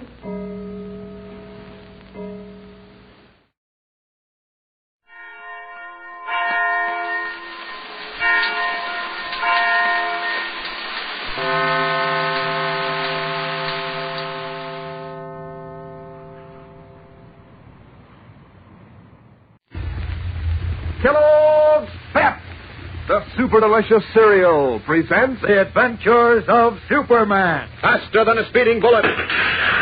More powerful than a locomotive. Able to leap tall buildings at a single bound. Look, up in the sky. It's a bird. It's a plane. It's Superman. Yes, it's Superman. And today the trail of the Scarlet Widow is apparently lost with the disappearance of Mr. Jones. In a moment, we'll learn what the Man of Steel plans to do next. But right now, let's join Dan McCullough and his young pal Eddie, who seems to be all wrapped up in a problem of some sort. A-U-T-H. O-T-H. Say, Dan, how do you spell authentic? Hey, what are you doing with a big word like that? I'm writing a theme for English class tomorrow. What about? Well, we can take any subject we want, so I'm writing about my collection of comic buttons from packages of Kellogg's Pep. Well, swell, but... You're going to tell me how to spell authentic? Well, I'll tell you where you can find it in the dictionary, if you'll read me your theme. Oh, okay. Well, it starts with A-U. Now, you can look it up after you've read what you've written. Well, it isn't done yet, but here's what I've got so far. Among the funny paper characters appearing on these swell comic buttons are Skeezix, Orphan Annie, and Superman. There are 18 buttons in all, and each picture is, I want to say, an authentic reproduction of... Now, how about authentic reproduction of the real comic strip picture? How's that? Swell. Hey, that's swell, Dan. Let me get it down. And say, while you're about it, Eddie, you can tell how much fun it is to collect those exciting comic buttons and to wear them pinned on your jacket or dress or cap and to trade duplicates with your pals. And better mention how bright the colors are, too, how slick these buttons look. And don't forget to include how easy it is to get them. You don't send in any money, not even a box stop, and you can't buy them anywhere. But every time Mom opens a new package of that super delicious whole wheat flake cereal, Kellogg's Pep, there's your exclusive prize. One of these dazzling comic buttons, or a military insignia or warplane button. Remember the name, it's P-E-P, Pep, made by Kellogg's of Battle Creek. Now, the adventures of Superman. When Superman saved Batman and Robin from death at the hands of the Crescent and Star Gang and captured 11 of the criminals in their hideout, he thought he would learn the whereabouts of the Scarlet Widow and 2 stolen pieces of kryptonite, the strange, deadly element which robs him of his strength. But Superman was doomed to disappointment because the mysterious leader who calls himself Mr. Jones had escaped with all of the gang's files. As we continue, it is a short time later.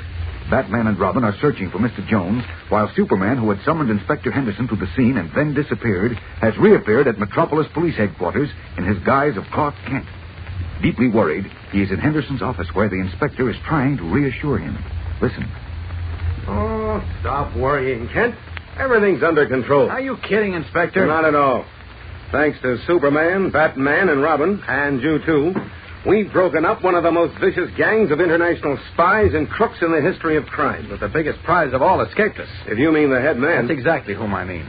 The man they call Mr. Jones. He got away with the gang's files, which show the whereabouts of the Scarlet Widow.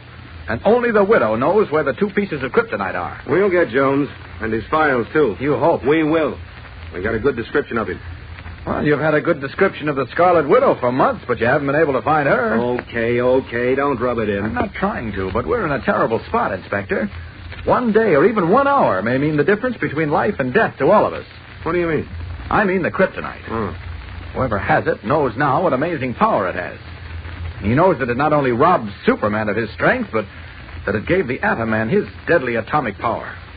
Why, at this moment, someone may be creating another human monster or something even more horrible. I know, but what else can we do? I put out a 9-state alarm for Jones, and the police all over the world are hunting for the Scarlet Widow. I suggest we have another talk with Smith.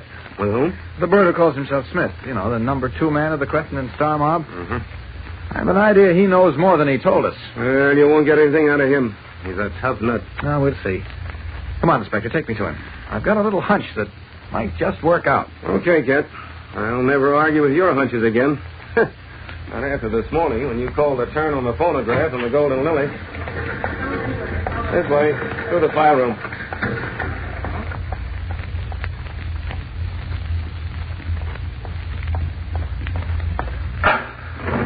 Right in here, Inspector. Okay, Hogan. Oh, Hogan. Here's your cell, Kent. We want to have a little talk with you, Smith. I'm not talking. Not even about your dear friend, Mr. Jones? That is... No, I'm not talking about him either. Well, it was nice of him to turn on the shortwave receiver so the beam could be traced to your hideout, wasn't it? I'll pay him back for that when I get my hands on his skinny Forget neck. it, pal. When you leave here, it'll be to make a one-way trip to the death house. Oh, you haven't got me there yet. We've got enough on you to send you to the chair a dozen times. Best lawyer in the business couldn't save you. Even if you had the money to hire him, which you haven't. Oh, Mr. Jones didn't pass up a nickel of the fortune you had in that vault. Ah, the double-crossing rat! If I could only get my hands on him. He's afraid of fresh air. I'd let plenty of fresh air into him. Well, fortunately for Mr. Jones, you can't do anything of the kind. But if you'll help us find him, you'll have the satisfaction of knowing he'll pay for his crimes, too. What do you say, Smith? Now, here's your chance to square things with your double-crossing pal. Just a moment. Look, Smith, when you learned that Mr. Jones had run out and left you holding the bag, you said you should have suspected it because he had been acting suspiciously. Yes, the dirty... What did he do? He laughed. What? He laughed. Only twice before in all the years I've known him did I ever hear him laugh. And each time it was just before completing a big deal. Well, that helps us a lot, too. Come on. No, wait, Inspector. What were you talking about at the time, Smith? When Jones laughed. Yeah, it was, let me see. Oh, yes. He asked me if we had a file on the Scarlet Widow in the vault, and I said naturally we did. It was then that he laughed. Ah, so that's it. Jones must have thought of the kryptonite. Just a minute, Kent. When Sidney contacted you that time, did you tell him where the Scarlet Widow was? Yes, until his death, Sidney was our leader. Oh, he was, huh? What did you tell Sidney? Where the widow was. Where is she? I don't remember. You've got to remember. Try, man, try. How can I? We had thousands of files showing the locations of all people who might be valuable to us. I think you do remember, Smith. I don't. How could I remember one file in all those thousands? Perhaps because you consulted it recently, and because your curiosity was aroused when Sidney, your leader, wanted the information. No, I don't remember. Now, you see, I'm trying to cooperate with you, Inspector. Release me, and I'll do my best to lead you to Mr. Jones. Are you kidding? Look, mister, get this through your head. When you leave this cell, it'll only be to go upstairs to court. And your next stop will be the death house. And that's as true as the Lord made little green apples. Mr. Jones will enjoy reading about your execution. I can see him now, sitting in some stuffy room, spraying his throat and laughing at you. No, it can't be like that. You won't have it. Then tell us where the Scarlet Widow is, and we'll have your pal Jones in this next cell before you can say Jack Roberts. Oh, that I'd like. Seeing him here, huddled in his shore, close to me. Then tell us where the widow is. Now, I can't promise, of course, but it might go easier with you in court if you do. You think it will? You think the judge will spare my life? There's a chance. Oh, if I can only live to see him die. All right. I'll tell you. Good. Where's the widow? She's hiding out in a book and gift shop on Winston Road. It's owned by one of her gang. A woman named Gertrude Meadow. Now we're getting someplace. Let us out of here, Hogan. Okay, Inspector. Come on, Kent. Right with you. Your hunch was right again, Kent. Now, keep your fingers crossed. I hope we're in time to grab the widow and Mr. Jones. Hurriedly, Inspector Henderson and Clark Kent leave the cell block at police headquarters, following their first really important lead. What will they uncover at the book and gift shop? We'll return in a moment to find out But first, here again is your announcer. You know, Eddie's still working on that theme about his collection of comic buttons from packages of Kellogg's Pep. And I'll bet if he wanted to tell everything about how swell they are, why, he could write a book. Because these comic buttons really are honeys. They're done up in full comic strip colors on white enamel buttons that you'll have for a long time. And every single funny paper character looks just as real as he does in the comic strips. Besides that, there's the excitement of getting a new button every time Mom opens a package of that super delicious whole wheat flake cereal. And even more fun when you have duplicate buttons to swap with your pals. Better ask Mom to get you some more Pep tomorrow, because that's the only way you can get these comic buttons. You don't send in a single penny, not even a box stop, and you can't buy them anywhere. But inside every package of Pep, there's an exclusive prize. One of these brilliant comic buttons, or a military insignia or warplane button. It's your prize from P.E.P. Pep, made by Kellogg's of Battle Creek. Now, back to the adventures of Superman. Directed to the Scarlet Widow's hideout by Mr. Smith, Inspector Henderson, Clark Kent, and a squad of police officers sped to a small book and gift shop on Winston Road in a fashionable residential section of Metropolis. Finding the front door locked and bolted, Henderson led the way to the rear door in an alley. Stationing his men on either side of the door, he demanded admission. All right in there, open up. We've got the place surrounded. You're wasting time, Inspector. Thanks, Kent. Open the door and walk out with your hands up or we'll blast you out. I tell you, you're wasting precious time. There's nothing dangerous in there. Stop telling me how to run my job. But we've got to get in there in a hurry. Mind your own business, Kent. This is your last chance. Are you coming out or do we come in and get you? Please, Inspector. Shut up. Okay, boys. Break the door down. Come on, hold. Yeah, that does it. In we go, boys. If they want trouble, let them have it. Careful now. Hey, what's this? Who's this guy on the floor? His name is Sniggers, and he's been shot. Oh, I can see that. Oh, good. Kent, wasn't he the Scarlet Widow's man Friday? Yes, he used... Uh-oh, come here, Inspector. What? Holy cat. Who's that stretched out behind the packing case? The Scarlet Widow, in person. What? Get out of the way. Take it easy, Inspector. She was shot, too, but she's still alive. Get in. Get the rat. Get home. Who shot you, Widow? Jones. Jones, huh? I thought so. Listen, Widow. Where is the kryptonite? I'm done for. You've got to get him. Where is he? He double-crossed me. You've got to get him. Kill him. Do you hear me? Sure. But where is he? If you don't, he'll get Superman. Superman? Yes. He knows where kryptonite is. Where is it? He's going to get it. And then finish Superman. Tell us where the kryptonite is, Widow. Tell us. Oh, it's no use, Inspector. She passed out. Yeah. And from the looks of her, I'm afraid we got here just a minute too late.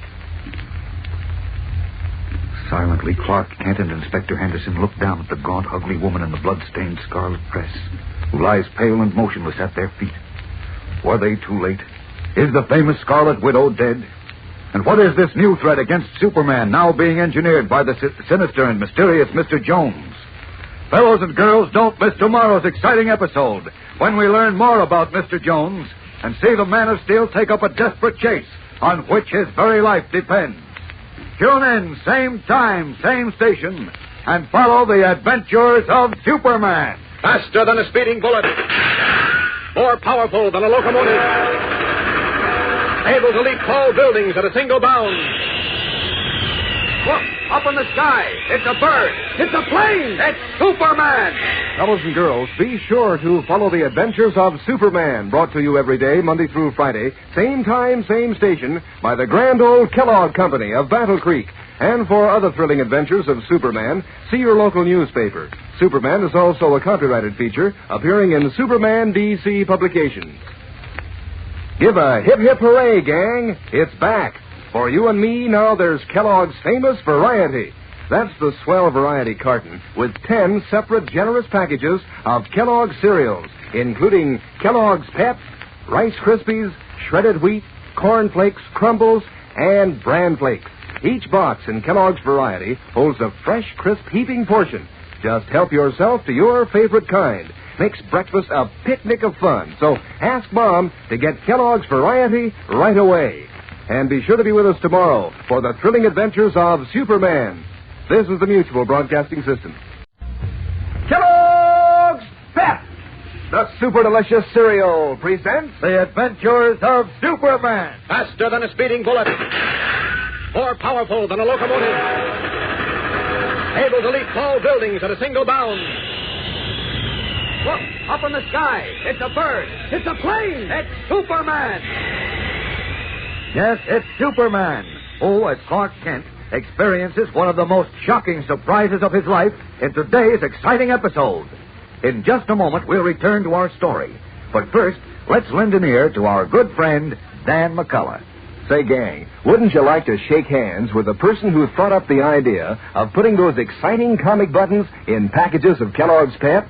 I know I would, because these comic buttons are just about the slickest thing that's happened in a long time. First off, they're so doggone smart-looking, just about as big around as a nickel, with detailed, true-to-life pictures of your favorite funny paper characters, like Smilin' Jack, for instance. You know, you've followed his adventures. Or K.O., who's always sleeping in a dresser drawer. Or Superman, who looks so handsome and powerful, you think of all the wonderful things he's done. Yes, there's plenty of excitement whenever Mom opens a new package of that super delicious whole wheat flake cereal, because that means you get a new button. Might even mean that you'll have the fun of trading duplicates with your pals. So how about asking Mom to stock up on Kellogg's Pep tomorrow? That's the only way you can get these comic buttons, you know. You don't send in any money, not even a box top, and you can't buy them anywhere. But inside every package of Pep, there's a swell prize, a dazzling comic button, or a military insignia or warplane button. That's P.E.P. Pep, made by Kellogg's of Battle Creek. Now, the adventures of Superman. In the back of a book and gift shop, Superman, in his guise of Clark Kent, and Police Inspector Henderson found the person they had been seeking for months. The gaunt, ugly woman known as the Scarlet Widow, who had stolen the original piece of kryptonite from the Metropolis Museum. The widow was mortally wounded, but she managed to tell them that Mr. Jones, the mysterious leader of the Crescent and Star gang, had shot her, and that he had boasted he would finish Superman. But before she... But before she could tell them where the two missing pieces of kryptonite were, the deadly element which robs Superman of his strength, she lost consciousness.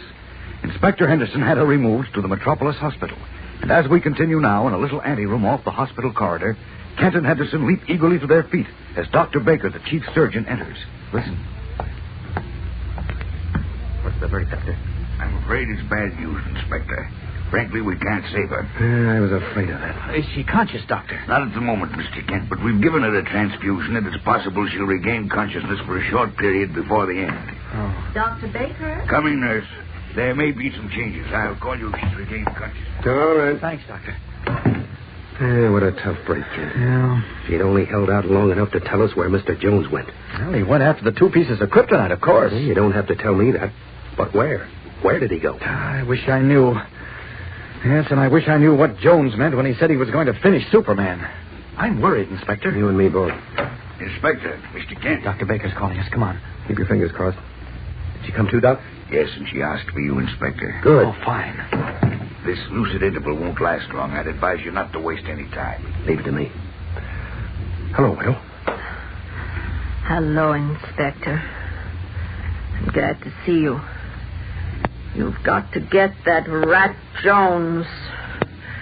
You've got to get him, send him to the chair for this. Yeah, sure, but... I'm done for. I know it. Otherwise, I'd take care of him myself.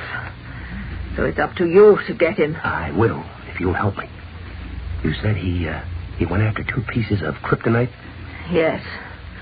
The dirty double-crosser offered me $50,000 to tell him where the stuff was. So I told him.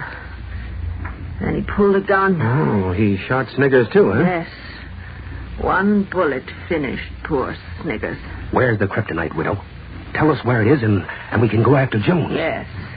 Go after him. Get him. Oh, she's losing consciousness. Doctor. I was afraid of this. You've got to do something, Doc. There's nothing I can do. I'm all right. I'm not going. Not until I get it all off my chest. That's it. Keep talking. Jones double-crossed me. Uh-huh. You've got to get him, Inspector. You've got to. I will. Just tell us where he went. Where the kryptonite is. Yes. I'll tell you. I sold 1 piece to the vulture. The vulture? Yes. Who got the other piece? The laugher. Holy smokes. Where are the vulture and the laugher, Widow? I don't know. Hey, who's he? He's all right, Widow. He's a reporter, Clark Kent. You say you don't know where to find the vulture and the laugher? No. But you'll find them, and you'll get Jones. Uh-huh. Now, look, Widow. Did Jones mention anything? Anything at all about where they might be? No. All he said was he knew where they were. Uh-huh. He was going to get kryptonite. Yeah? Had a big plan to finish Superman. Did he say what his plan was? He said... Yes, Doc. Doc. You'll have to leave now, Inspector. She's unconscious again. Yeah. Well, come on, Kent. All right. I'll send a report to your office, Inspector. Okay, Doc. Thanks. Thank you. Well, we're no closer to Mr. Jones than we were before, Kent. No, I'm afraid you're right. Oh, if only we had some lead. Wait a minute. What's the matter? I just remembered something. What? At the bookshop. Come on, Inspector. Hurry.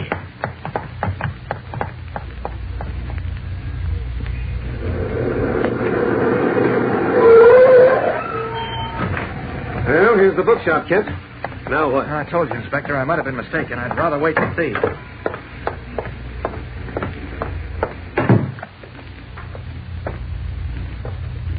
Will you let us in, Riley? Okay. Let's see. Right back here. What was, for Pete's sake? Yes, there it is. Behind this pile of books. See? All I see is some broken glass. Look at these 2 larger pieces with silver on them. And this bulb and little rubber tube. Yeah? Thought I noticed it when we broke in here this morning, but then I saw the widow and forgot about it. So what? What is it? Mr. Jones's atomizer. Oh. He used it to spray his throat. Batman and Robin described it to me. They said it was made of beautiful glass like this and encrusted with fine, heavy silver. So what? Just this. Jones couldn't stand being without his atomizer. He broke this one, so we'll have to get another. That gives us a lead. Oh, yeah? I suppose you mean we cover all the stores and try to catch him coming in to buy another atomizer, huh? No, we don't have to cover all the stores, just a few top jewelry shops. Huh? Oh, I get it. You mean because this is such a fancy job, Exactly. Huh? Apparently, Mr. Jones's taste in atomizers is the best, and I'd say only a few high-class shops like Thayer's or Bartier's carry gadgets like this one. So if we check those shops and learn that one of them sold this particular spray gun... Jones might go back to the same shop for a replacement. Say, you've got a head on you, Kent. I ought to know better than to argue with you by this time. Come on. There's only one thing, though. Jones has a couple of hours start on us, and he might have picked up his new atomizer already.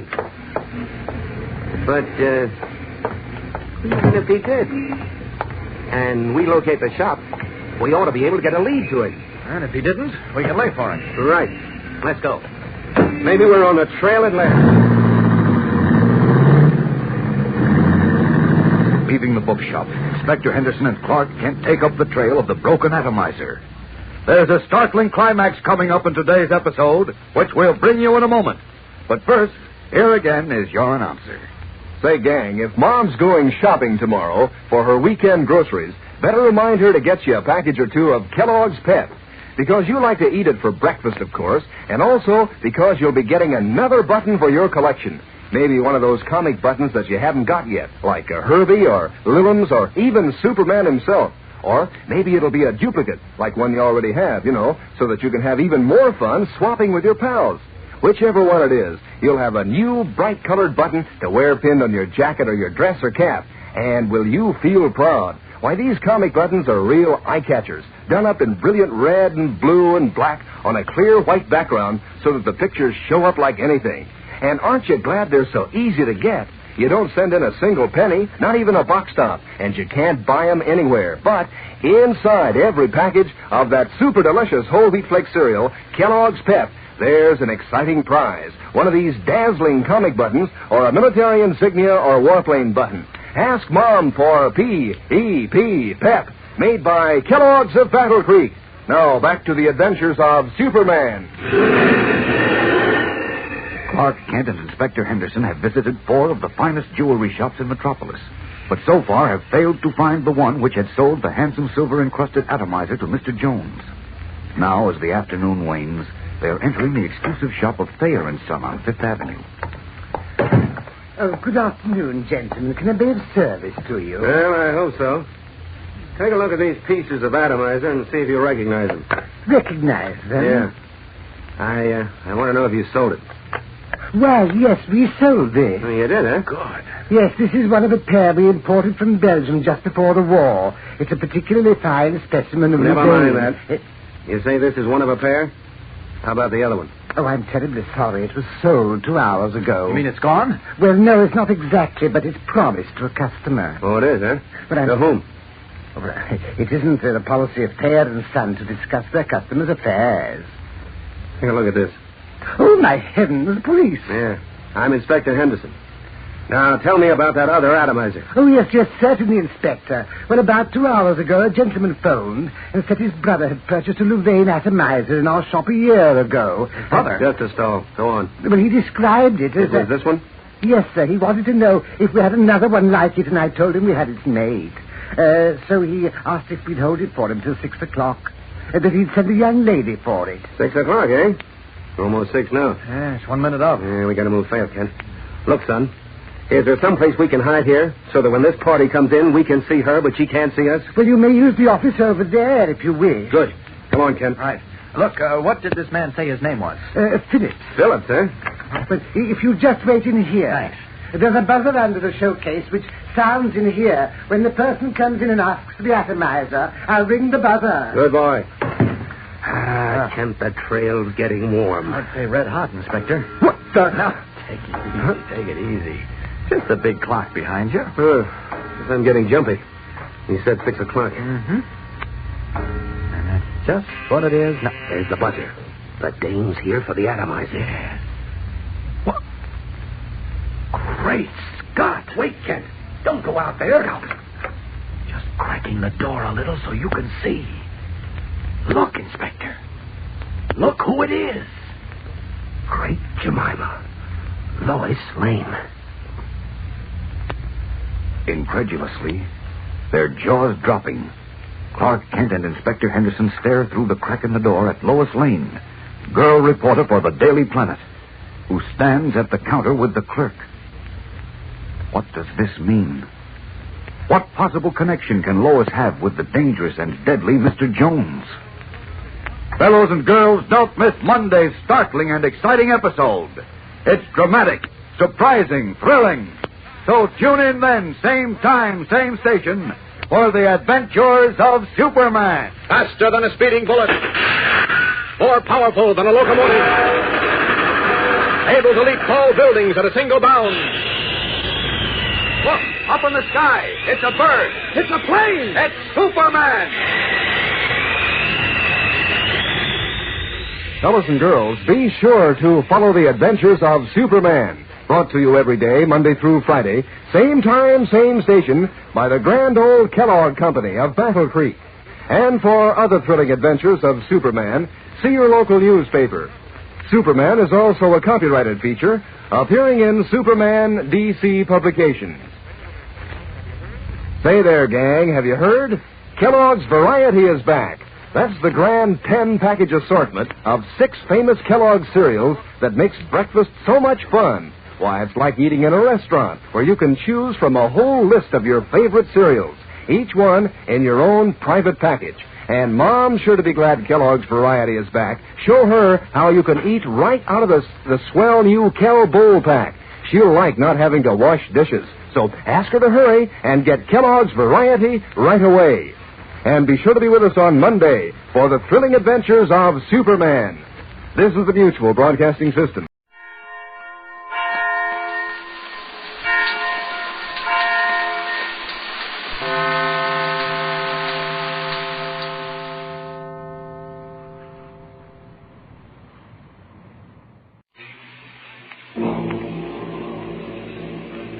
We offer you Escape, starring Victor Mature. Escape, designed to free you from the four walls of today for a half hour of high adventure. You are camped in the dry mountains of Mexico. 100 yards from a treasure in buried gold, a beautiful girl is sitting across the fire with a gun. And somewhere out in the night, a horseman waits, like the girl, for you to make just one mistake.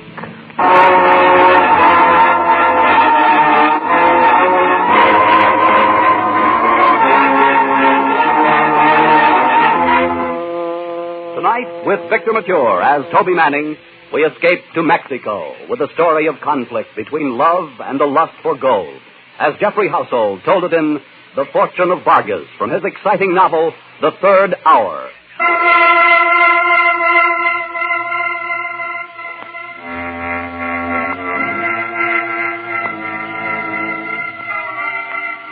It was dark and hot. The tropic night air was like warm steam. Night sounds drifted over from the dock. And from the native quarter of Panama City, I stood outside the hotel entrance and looked up at the lighted window on the third floor where Bately was waiting. After tonight, I hoped I'd never see his ugly face again. Somewhere, somehow, I had to make the break. Okay, you can have your 3 weeks off. But you'll never do it. You haven't got the guts to break away. Bately, it doesn't take guts to break away from a lousy job peddling mining machinery in Latin America. Now, look, Toby. You could be South American manager in 10 years if you'd settle down and work at it. And stop beating your head against the wall. Yeah. Maybe in 25 years I could retire and drop dead. Look, all I need is one right break, and I'll take it from there. Any kind of a break. You need more than a break, Toby. If one fell right in your lap, you'd play it just so far, and then you'd start doubting yourself. Or somebody else. And that's what would beat you. Maybe so. But I've got the next 3 weeks. Now, look. Every time I come to Panama, you say you're going to quit. Every time you tell me a big chance for real money is just around the corner. Why don't you get wise to yourself? All right. Lay off for me, will you, Bately? Report to me in New York on the 29th. I'll lay out your new schedule for you. Don't count on it. You'll be there, all right. I'll give you odds on it. I'll bet you don't do a thing except sit in the sun for the next 3 weeks. Sit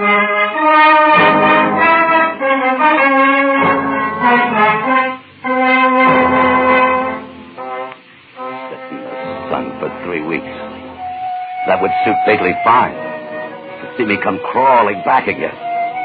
Well, I didn't have a definite plan, but I knew I'd keep on the move. I was so fed up with Bately, the job, mining machinery, I'd have jumped at anything. A guy in a mood like that can get into plenty of trouble. And 3 days later, I found it. Gracias al Dios. Bienvenido, Senor Manning. Welcome back to Colón and to the Café Madrid. Hi, Emmanuel. What's new? New? Pues nada, amigo. The world grows older, but that is not new. Here. Siéntese, amigo. Sit down. Thanks. How's this?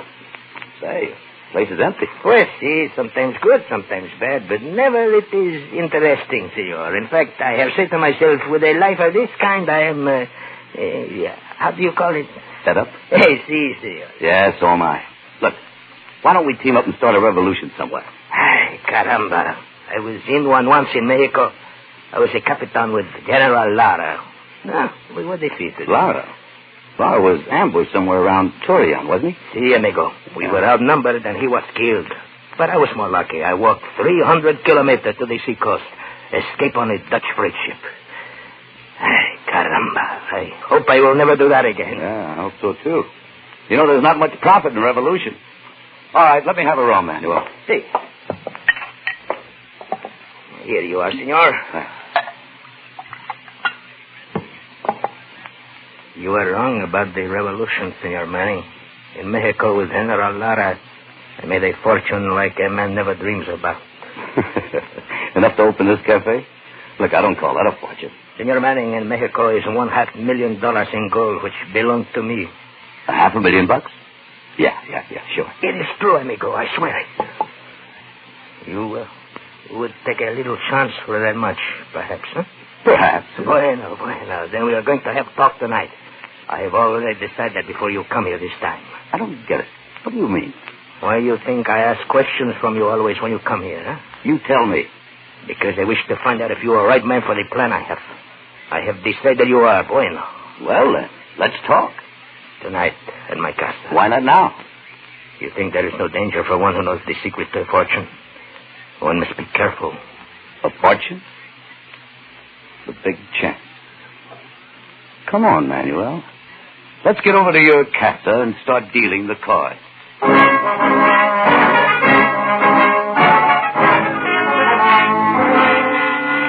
So as I tell you, Senor Manning, everything works according to the plan which General Lara has made. The dynamite explodes and the train is wrecked. Our men break open the freight cars and load the pack horses and ride for the rendezvous at Torreon. Everybody except you and General Lara. Was that it? Si, senor. Yeah. We are the only ones who know of the shipment of gold which is secretly on board. We find it, of course, load our horses and head north to the hills with the Federalists close behind us. At nightfall, we bury the gold and ride for Torreon. 4 days later, General Lara is killed. And I escape, as I tell you. And the gold is still there. $500,000 worth? Si, senor. And I am the only man who knows where to find it. But if I enter Mexico, I will be executed within 24 hours. That is why I need a partner. You've got one. Only one thing, amigo. Do not think that there will be no danger. In Mexico are thousands of bandidos who will cut your throat for 1/10 as much money. And on the other hand, a half a share in a fortune, $250,000. I'd shoot the works for a whole lot less than that. Bueno. Then I will explain to you how to find the fortune. What is it? Cuidado. I hear somebody move outside the window. Vamos a ver. Careful, Manuel. Manuel, away from that door. Here, let me get the lights off. There. Did you see who it was? No. I think the shot come from the bushes across from the door. Well, maybe we better take a look. Let's get to the door fast and step to the side. You got your gun? Si, senor. Okay. Let's go.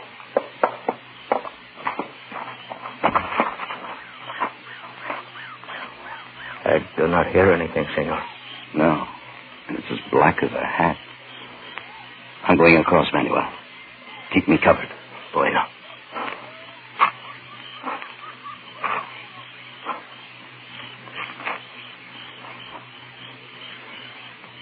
There is nobody there, amigo. No. Whoever it was must have run down the alley there as soon as they fired. Hey, you got any ideas? Pues no, amigo. Look, Manuel, if nobody but you and Laurel knew about this gold, and Laura's dead, then how cover the shot? And why have you been packing a gun? Senor Manning, when there is a treasure so big as this, it is possible that even the coyotes can smell it. You still wish to go on? Yeah, I still wish to go on.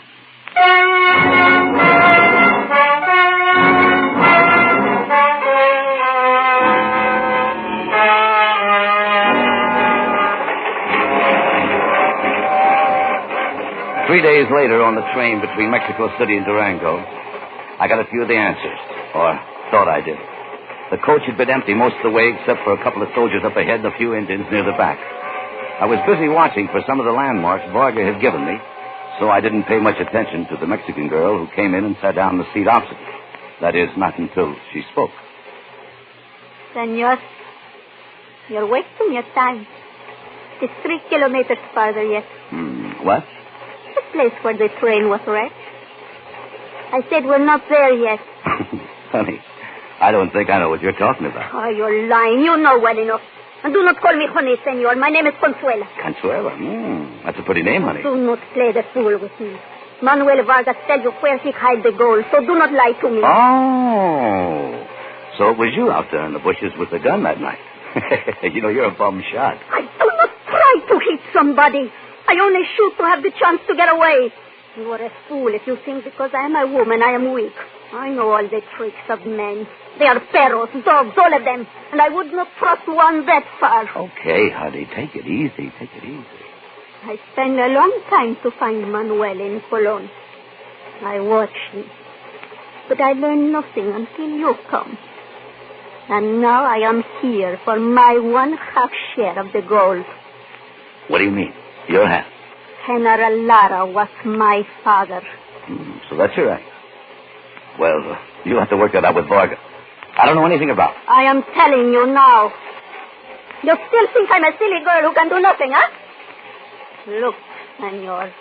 All right. Look, it's a nice gun. Now, you better put it back now. You see, honey, if you shoot me, you'd have no one to lead you to the gold. I know where it is. You don't.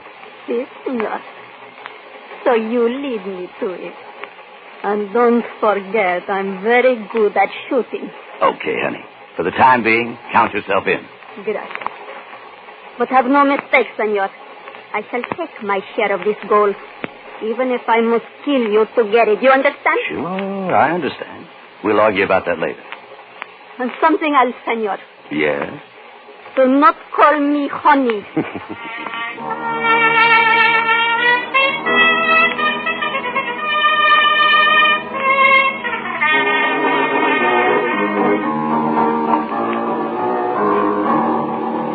Bueno, señor. ¿Todo esto listo? Yeah, I guess we're ready to pull out. How about it, Consuelo? Si, senor, whenever you wish. Well, thanks a lot for your trouble, Senor Pascual. Say, you know, it looks like you've rented us 5 of the best horses in Durango. Yes, nada.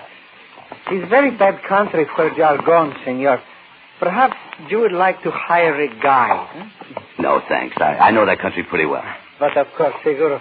And you are going to call at the mine, you and the senorita, and sell machinery, verdad? Yeah, that's right. I think you need a guide, senor. Some of the mines are very hard to find, especially the gold mine. Gold mines?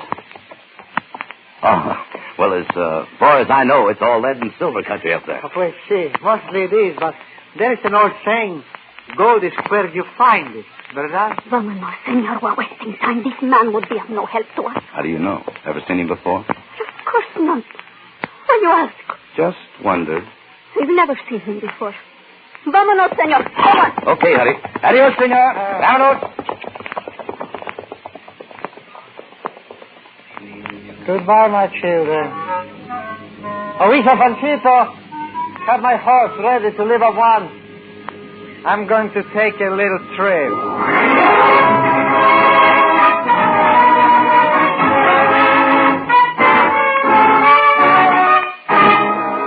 You are listening to Escape, starring Victor Mature.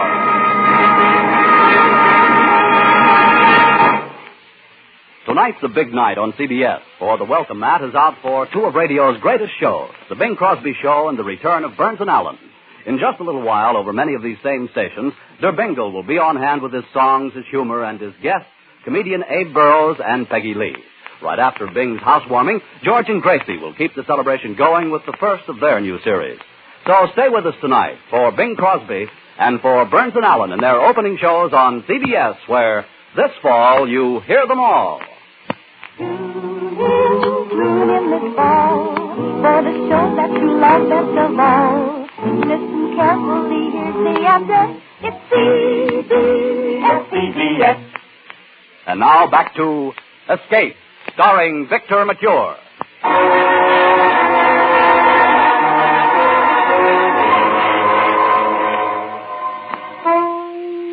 We camped at dusk about a quarter of a mile from the spot where the train had been dynamited.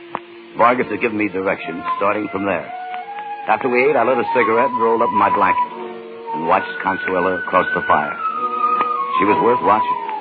I kept wondering about several things, but mostly who the horseman was who's been following us all day.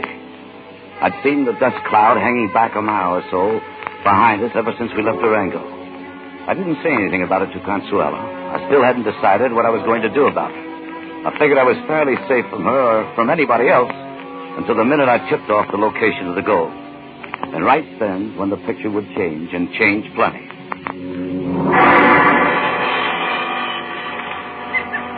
Senor Man, why you stare at me like this? Just wondering some things. Things? What things? If a girl like you would really kill me just for gold. I do not trust anybody, senor. All right. But let's drop the senor. Make it Toby, huh? You wish. It's of no matter to me. Toby. Look, suppose I made a deal with you. String along and don't start any trouble until I get the gold to New York. Then if you're really Laura's daughter, I'll try to get Vargas to agree on a 3-way split. 1/3 for each of us. What do you say? I think I do not like it. In New York, I will be in strange place. Here I'm at home. Here, too, I have a gun. Quien sabe? Well, think it over anyway. It's your best bet. I'm going to turn in now. We'll start early in the morning. Wait. See, I will think it over. But, senor, Toby? Yeah? I wish you to know that I do not trust you either. Okay, honey. I do not trust anybody. You understand that? Sure, I understand. Good night, Consuelo.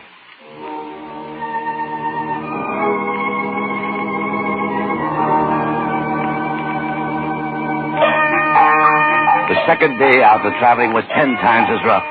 And all day long, the same dust cloud stayed with us, following a mile or so behind. I knew there'd have to be a showdown sooner or later, but not yet. When we finally made camp at nightfall, I was dripping with sweat and dog-tired, and Consuelo was slumped in her saddle. All of Manuel's landmarks had checked out during the day, and although she didn't know it, the gold was supposed to be buried within 100 yards of our camp. This was the night to trim the cat's claws.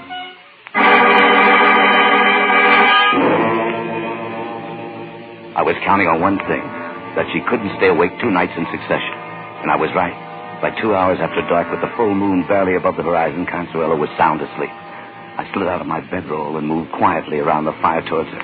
I knew the gun was under the blanket of her head, so I bent over her and slowly, gently slid my hand under her and found it, eased it out until the open inch by inch, and dropped it into my pocket. I'd forgotten about her knife until it glinted in the moonlight.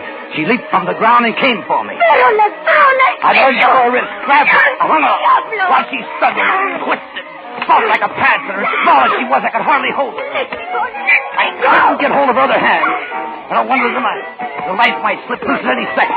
Back and forth, we fought in the moonlight, stumbling and slipping, but staying on our feet. I could see only one thing to do. I pulled her towards, bent her arm back, and twisted. Drop it, Consuelo. Drop that knife. No. Drop that knife. Sorry. You shouldn't have dropped it. You broke my arm. No, it's only sprained. Better than being cut to ribbons the way I'd have been. Why you waste time talking? You think I'm afraid to die? You're wrong. You have the gun, you have my knife. Go ahead, kill me. Why you wait? Wait a minute. Where do you get this idea I'm going to kill you? Well, why else you wait for me to sleep and steal my gun? Oh, you silly little fool. Look, I was trying to make sure you wouldn't take a shot at me after we located the gold tomorrow. You were not going to kill me? Of course not. Look, why don't you get smart and find out you could trust somebody once in a while? Now, wake up now and get some sense in your head. Your hands up. I'll shake some sense into you if I have to... Yes, you're hurting me.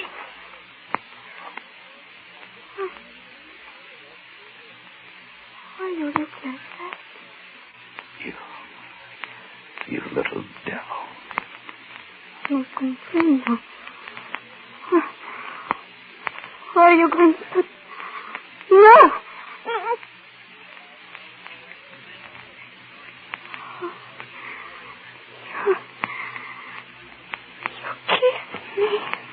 Yeah. don't know. Means you're going to kill me when you kiss me. Yeah. Here. Here's your knife. But just mind you take it away from me. I know. But look, you better keep it for protection. I do not understand. Never mind. Just take it. Oh. Gracias, senor. Yeah.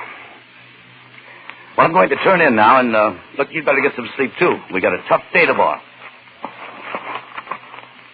And, honey, if you decide to cut my throat during the night, make a clean job of it.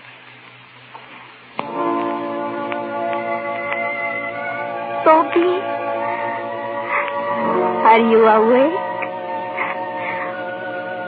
Toby? Yeah. Buenas noches, Toby.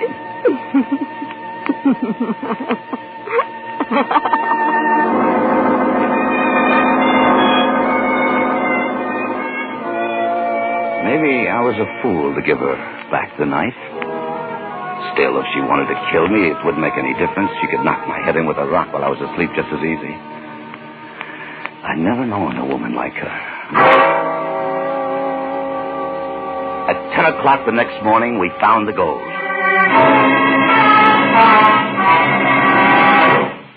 That is all, Toby. There's no more? No, it's all on the pack horse. Now, look, starting right now, we're going to ride hard until we hit the Narses River. Somebody's been following us ever since we left Durango. What? How you know this? I don't know who it is or why. Maybe you do. How could I know? Toby, I swear I don't know. Okay. Here. Now, look, you better take your gun back. You may need it in case we get separated. Separate? I'm going to stay with the gold. Sure you are, but you better take the gun anyway. Now, come on, let's go. Mile after mile, we pushed our horses on the trail to the north, riding most of the day over broken basalt rock to hide our trail. There was no dust cloud to show whether anyone followed, but I was sure somebody did. I was hoping to reach the Narses River before the showdown came. I knew there was only a rope bridge over the narrow gorge, and once across, I would cut the ropes and close off any further chance of being followed. So we pushed the horses and rode hour after hour. By late afternoon, Consuelo complained more and more of being tired, wanted to stop and rest. And I couldn't be sure she wasn't trying to slow us down.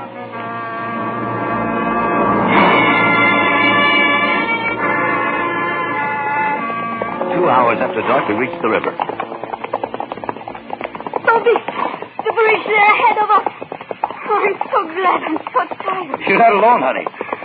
Lucky there's a moon. This thing's no cinch to cross in the dark. It looks very weak. It's only held up by rope. It's safe enough. Whoa, boy. Whoa, now. Whoa. Here. Hold my horse. I'll lead the pack animals across on foot. Toby, be careful. Are you worried about me? Or the gold? Hurry, please. Take them across. Wait. I think that will not be necessary, senor. You will put up your hand. Do not move. Can you see him? He's in the shadow right by the bridge. It's Pasquale, that guy in Durango. Were you expecting him? Toby, I swear to you that... Bastante, senor. You will drop your pistol on the ground. Very slowly, please. Gracias. It was very kind of you to discover the gold for me. How did you know we were looking for it? Oh, I forgot to tell you, in Durango. I'm Sergeante Alberto Pasquales, formerly with the 4th Regiment of General Lara in the Army of the Revolution. One of my father's soldiers. For 5 years, I have waited for Captain Vargas to come back for the fortune, which I knew he had stolen. Stand out in the moonlight, please. Bastante, that's far enough. Now I lead the horses across the bridge, and then I cut the rope so that you cannot follow me. If you move, I will have to kill you. Toby. Quiet and don't move. He does not know I have a gun. No, Consuelo. No! No, don't! Don't! I had you move!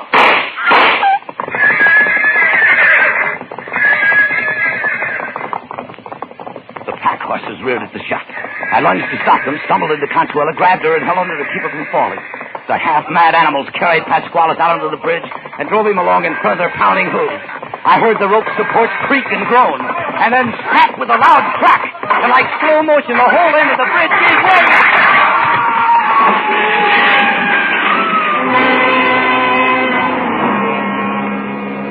Pasquale and the 3 pack horses loaded with gold had plunged down into the gorge below. Toby, I'm hurt. Very bad. Hurt? What do you mean? When he shot, I feel the bullet here. No, easy now. Look, you're going to be all right. Now, don't worry. No, I'm not afraid to die. Toby? Yeah. I like it very much when you call me honey. Sure, honey. I'll be calling to that thousands of times. Well, I'll be... Consuelo! Consuelo!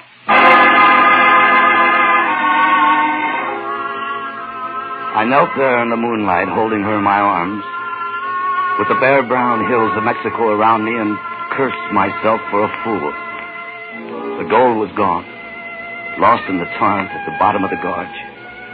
But it didn't seem to matter very much. I'd found a greater treasure. And because I had too little faith, that treasure lay dead in my arms. I lowered her gently and sat there for a long time. Then I picked up the gun she died trying to use. The empty gun I'd taken the cartridges out of because I didn't trust her, and threw it into the gorge. Then I dropped down on the ground and wept. I remembered Bately's words. You need more than a break, Toby. If one fell right in your lap, you'd play it just so far. And then you'd start doubting yourself. Or somebody else.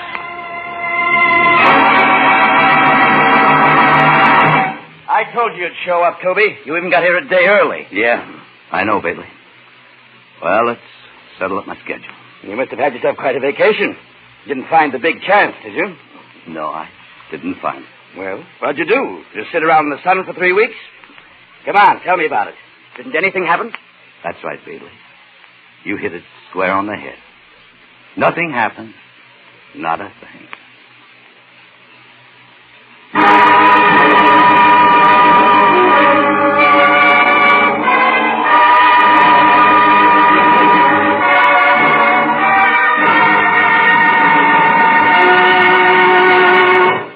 Escape was produced and directed by Gordon T. Hughes.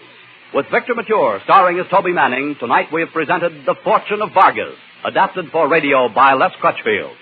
Victor Mature will soon be seen in the 20th Century Fox Technicolor production, Wabash Avenue.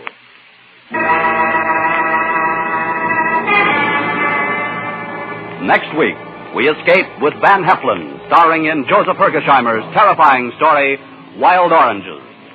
Good night, then, until this same time next week, when once again we offer you Escape, starring Van Heflin.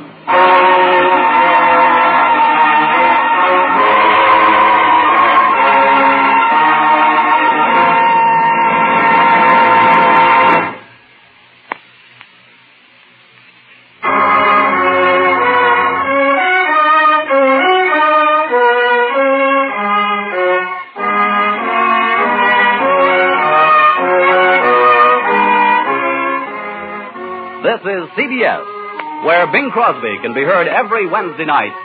The Columbia Broadcasting System.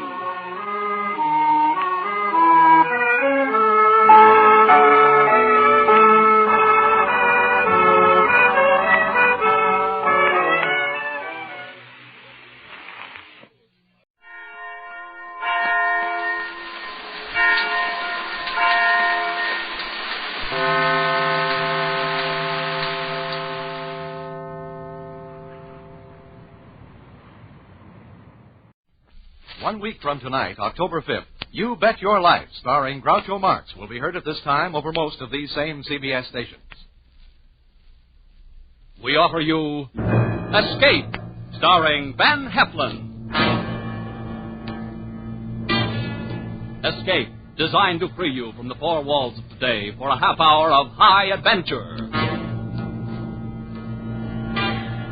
You are trapped in the dank darkness of a ruined plantation house. Somewhere in the pitch-black room is a homicidal maniac armed with a knife, groping for you, trying to prevent your escape.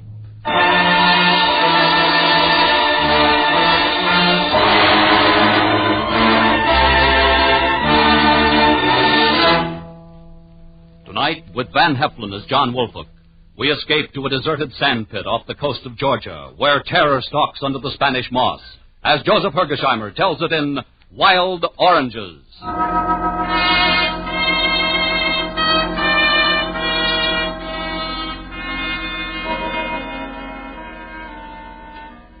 What could have appeared more innocent of danger than that barren, low-lying shore of southern Georgia? What could have seemed less laden with terror than that lovely little cove, so tranquil and well-sheltered, so warmly bathed in late afternoon sun as we dropped the anchor of our ketch and prepared our mooring? And yet there was something. First, it was an aroma. A grove of wild orange trees in late bloom grew defiantly amid the tangled undergrowth of the shore. The scent was strong and exotic and heady. And as I smelled it, I felt a vague uneasiness. Then, as I watched the shore and Halbert, my sailor, unfurl the sails, the mirror of the cove was shattered by a movement. At first, I thought it was a fish leaping and playing in the water. Came round a spit of land from an inner bay, and then Halbert was beside me. That's queer, sir. I would have bet there was nobody within miles of here, but that's someone swimming. Yes. That's a girl. Right, sir. She'll be surprised when she discovers us, no doubt. And embarrassed. She swims well, doesn't she? Yes, sir. She had been born in the water. Oh, she's seen us. Yes. Now she's running away. That spread would win an Olympic race, huh? Yes, sir. I wonder what she's doing here, where she comes from. Perhaps there, sir. Where? Through the trees. There's a house there. You can hardly see it. I spotted it a moment ago. Yes, so there is. But it's a ruin. It's rotting away. No one could have lived in that since the Civil War. There may be others back there, sir. I know, but this is a deserted coast. It's marked as a swamp on the chart. Well, I don't know, sir. Huh. This is strange. It's very strange.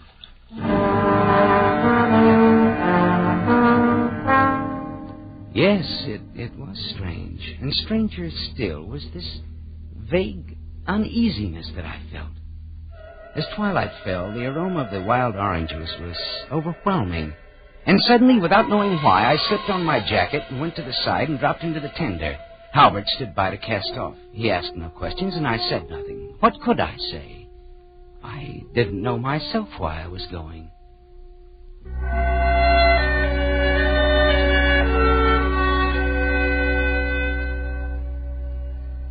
I pulled the tender up on the soft sand of the beach and walked up a dim path through the orange grove. Around the side of the house, where a smaller portico held off the weeds, a single doorway was framed in the pale light of the inner lamp. As I approached, I saw a shadow flit across it so swiftly, so furtively, that it was gone before I realized it had been a man. And then I saw her, sitting on the portico, rocking softly in her chair. What do you want? What? Oh, nothing. I came ashore. I thought no one was living here. You're from the white boat that sailed in at sunset? Yes, and I'm returning immediately. It was like magic. Suddenly, without a sound, you were anchored in the bay. I've robbed you, too. I picked a couple of your oranges. You won't like them. They run wild. We can't sell them. Well, they have a distinct flavor. I should be very glad to have some of them on the boat. All you want. Well, my man will get them and pay you. Please don't. Nicholas attends to that. Won't you sit down? My father was here when you came up, but he went in. Strangers disturb him. I should be getting back. I'm sorry to have disturbed you and your father. No, it's nothing. Well, good night, then. Good night.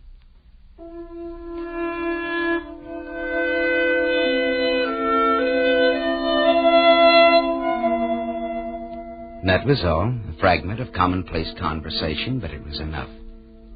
Now the uneasiness I felt, the strangeness of this place, took shape for me. I saw it in her lovely, fragile face. I heard it in her voice. There'd been a hidden terror, a terrible, controlled fright that approached hysteria. But when I got back to the boat, Halbert made it even worse. Find anything, sir? There are people living there. Well, there'll be water then. Maybe we can stay here for a couple of days. What do you mean? Well, this is good anchorage. I'd like to unship the propeller, and there's some scraping to do. Yes, I suppose you're right. We need a couple of days of work before we head into the open sea. Yes, sir. Oh, we'll do it here.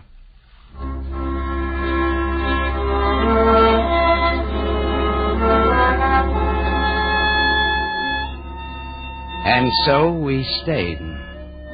In the light of morning, the strange dread I had felt seemed foolish, and especially when I went ashore and found the girl looking young and fresh and fragile. She was fishing off a little pier in the inner bay. She had a pathetic little rod and reel, and so I got our tackle from the boat and landed a big rockfish for her, enough for several dinners. We were carrying the fish to the house when we came on a pale, thin ghost of a man. He's sitting on the portico. He started a swift retreat, but it was too late. Father, wait. This is my father, Litchfield Stowe. Oh, how do you do, sir? Mary, you know strangers. Father, you know I wouldn't bring anyone to the house who would hurt us. And see, we're fetching you a splendid rockfish. Yes. Just so we're alone here. The man is away. My daughter and I fish. Yeah, it's acceptable. If you'll carry it in for me, Nicholas would do it, but he's away, and Father isn't strong. This way. We have no ice. I must put it in water. In here, right there. Thank you. You've been very nice. Now I suppose you'll go on across the world? Well, not tonight. We're staying here making repairs. Where do you come from? Where are you going? Oh, from Cape Cod. I'm going to South America. South America. I travel on maps. I was born here in this house. I've never been 50 miles away. You seem like a girl who's been everywhere in the world. You've had the best education, everything. My father has many books in there, that's all. Your eyes are remarkable. Magnetic. Well, there's something else in your eyes and in your voice. What is it? Fear? Fear? Why, no, of course not. What should I be afraid of? Well, I don't know, but I saw it in your father's face, too. It's only your imagination. Yes, no doubt. Well, goodbye, then, and thank you for the fishing.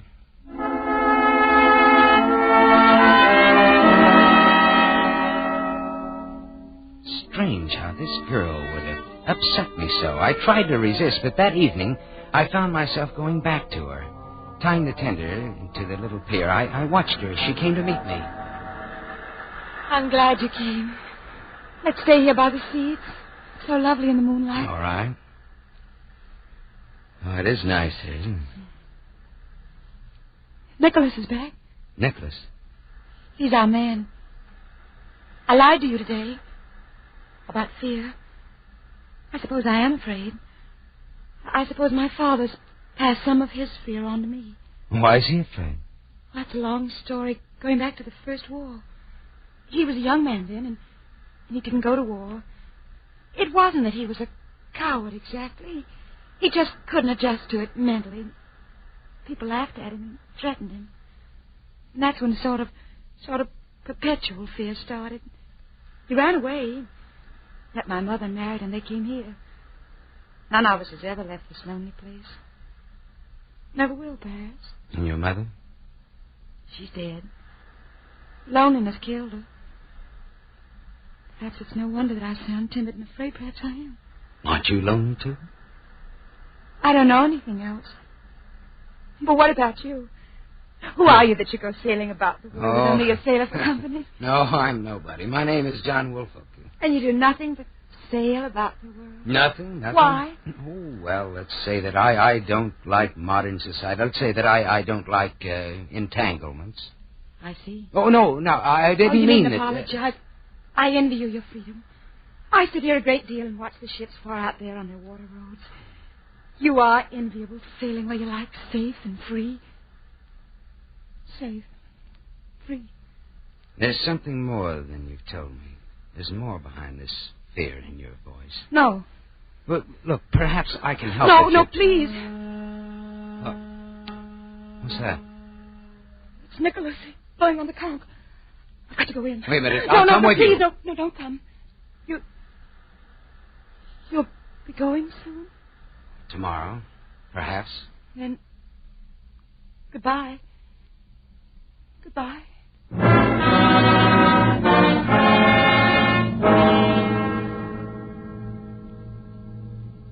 Now I knew the terror that I had only sensed was real.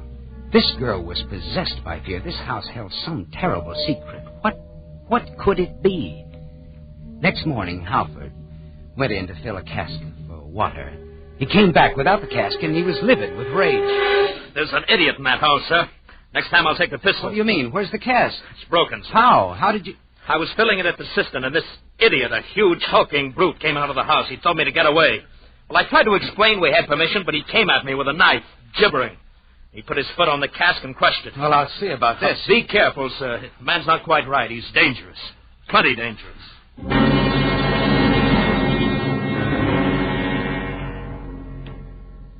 I went ashore and around to the back door of the house. Millie wasn't in sight. When I knocked, a lumbering giant with pig-like eyes came to the door. Are you, Nicholas? What do you want? Well, I take it you're the man who broke my water cask. It was full of our water. Look, I'm not going to argue with you. I came ashore to instruct you to keep your hands off of my property and my sailor. And let our water be. I told you that I wouldn't discuss the water. I don't have to justify myself to you. Just remember, keep your hands off. Don't get me started. What do you mean, started? I don't care what you Don't get me started. Mind now, I want you. Don't get me started. Put down that knife. Go away. Don't get me started now. Go away. Stand back. Don't get me started. Nicholas, stop. What is this? What's the matter? Well, nothing. Nicholas and I had a little misunderstanding, that's all. You tell this man. Tell him to go. And don't get me started. Nicholas, put down that knife! Now, Mr. Wolford, please. Please go! I have never seen such terror in a woman's eyes. I felt completely helpless as I turned. I went on back to the boat. But mingled with her terror, I'd seen something else in Millie's eyes. There was a plea. And I knew there'd be another meeting between me and Nicholas.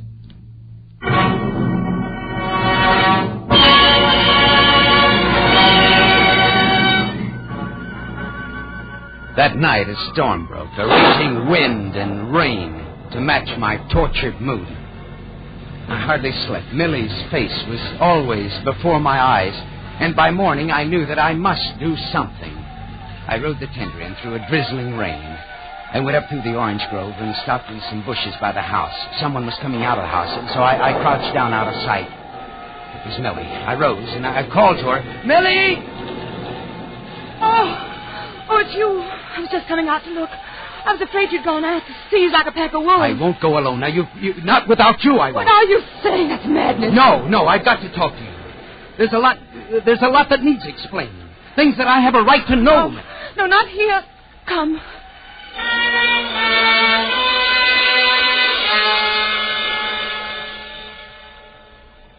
She led me into one of the smaller ruined buildings. We crouched far back in the dripping shadows of a corner. No. Millie, for the first time in 12 years, I'm living again. Darling, I'm in love with you. I know nothing of love. It's quickly learned. Millie, don't you feel anything for me at all? I don't know. Perhaps if things were different, someplace else, I might care very much. But I'm going to take you away someplace else. I'm going to make things different. I'm going to give you a chance. Oh, no, it's too late. Why? You came too late. Why? Millie, what is this? What is this fear? Nicholas. Oh, that's foolish. He's nothing to be afraid of. Has he been bothering you? He says he's crazy about me. He says I must marry him. Where is he now? Oh, no, John, you mustn't. Something frightful would happen, John. Not frightful, just unfortunate for Nicholas. But you don't understand. He's not human. There's something about him. What about him? He came here in April. We were glad to get him. Servants are impossible to get back here in the wilderness. And he'd worked for the smallest wages. Only a few days ago, I found out why he was glad to be here. I was cleaning his room and I found this. Let me see that. Wanted for murder, Isaac Nicholas. A homicidal maniac. He knows I found it. He knows, and he's been furious. And then you came and he ran and hid in the pines. He told me if I spoke about him, it would happen to me. And if I left with you, it would happen to Father. Now he thinks I'm in love with you. He told me to send you away. He said you must leave today. Millie, I should have realized this. I'm not to stay away for longer than now. I must go, Jim. Look, Millie. It'll take us a couple of hours to get our boat ready. I'm going to come for you tonight at 8. Now, you tell him that you saw me and I promised to go. Act quietly. Say that you were upset, that you'll give him his answer tomorrow. Then at 8, you bring your father and walk out to the wharf. Now, that's all, but do it. Without hesitation or preparation. Don't let him hurt us. Please don't. Not now. He's finished. But do just as I say. Won't be long, hardly 3 hours. And then you're going to be free.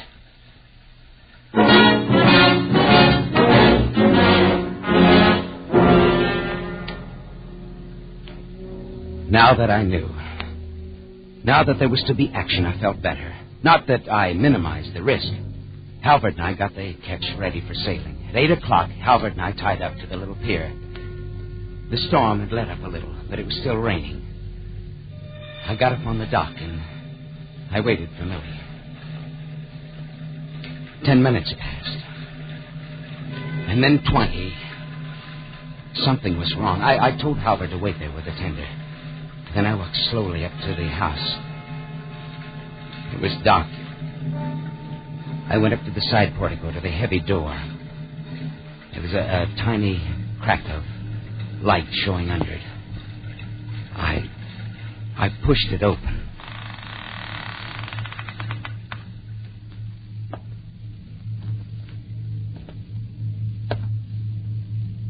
The light came from a parlor to the right. I looked in. On the floor lay a body, her father. He was dead. He was crushed. His arm twisted grotesquely under him. There wasn't a sound in the house. Slowly, I walked through the downstairs rooms. Nothing. Then, back in the hall, I heard a slight creak. Upstairs, someone had moved. Was it Millie, alive? Or was it Nicholas lying in wait? I groped slowly up the stairs. I didn't dare to use my flashlight. It would have made me a target for his knife. The upstairs hall was pitch black. Still, there was no sound. I inched my way along the wall, slowly. And then stumbled on a loose board. The pistol flew out of my hand, but the stumble saved my life. At the same instant, I felt Nicholas lunge. Heard the knife sing past my ear and thud into the wall. I felt his great bulk smashing on my shoulder. My gun was somewhere on the dark floor. His knife was embedded in the wall. Now we were grappling hand to hand, rolling on the floor, kicking, tearing, gouging, crushing. My strength and wit against the massive bulk of a maniacal killer.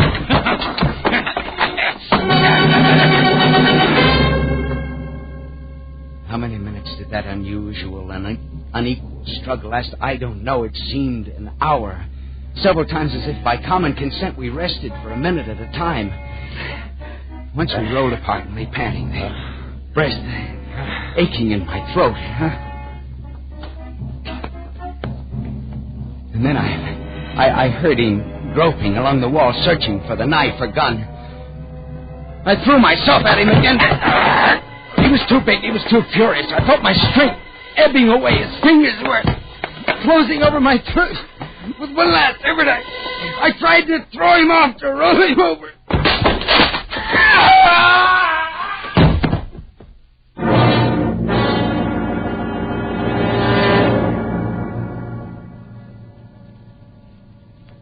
I staggered to my feet. I was dazed. I looked up. We had fallen through the banister down the stairwell. Nicholas had landed on the bottom. He lay there on the stairs, sprawled, his head at a grotesque angle. He wasn't dead. He's only stunned. I leaned against the wall, looking at him stupidly. There was something that I must remember. What was it? Then she came down the steps, and I remembered. Millie. I had to walk right past him. There was no other way. Right past his head and my skirt. I think we better go away. Yes, we'll leave at once. I must tell you about my father. You know, in Virginia, the women tied an apron on the door because he wouldn't go to war. And that played on his mind. And he was afraid of the slightest thing. Yes, I know, but we must Things go. upset him so he had no strength.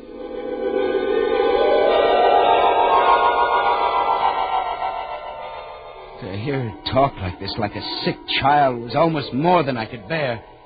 Then I heard something. Nicholas had got up. He stood up and stared at us for a moment, and then he started slowly up the stairs. He was going after that knife. The least little thing upset him. Millie, look, we've got to go. I was to meet a man.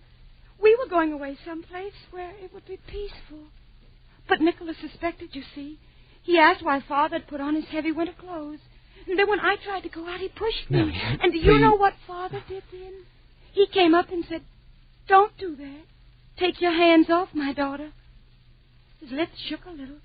But he said it. That's the important thing. Yes, of course. Your father was a brave man after all. But please, now come. You were supposed to meet a man. That man's waiting for you. There's no time to lose. Father said, "Take your hands off my daughter." Nicholas killed him, of course. But it was a brave thing to do. Yes, now come.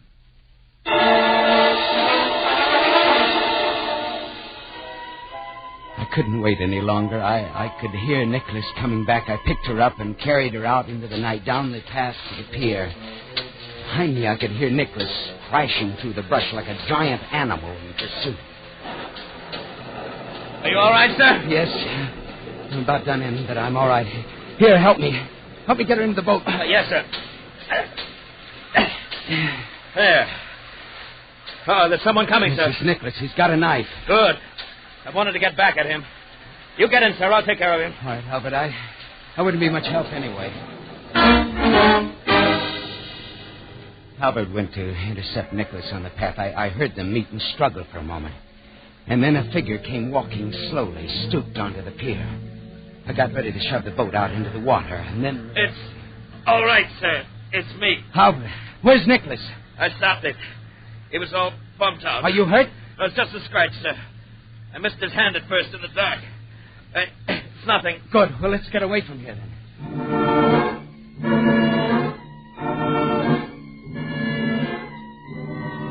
I held Millie in my arms as Halbert rowed to the ketch. Erratically, I suppose because of the storm. We were ready to cast off in 2 minutes. The last obstacle would be the narrow passage out of the cove. In this storm, it would be very dangerous. I started to take Millie into the cabin. No! There's Nicholas in the doorway. No nonsense. Nicholas is dead. You're on my boat. You're safe, Millie. Safe? With John Wolfer? I am John Wolfer. But you didn't come. Yes, I came, Millie. You're safe. Please, come. I'd rather stay up here. All right. You sit here beside Halbert. I'm going up front to take soundings. In this wind, you won't be able to hear me if I call. No, sir. but you can hear me. Remember, we only have 3-foot clearance.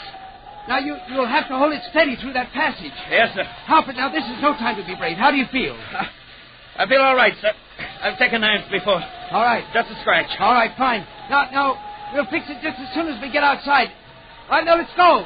Put up your anchor and turn over the engine. Yes, sir.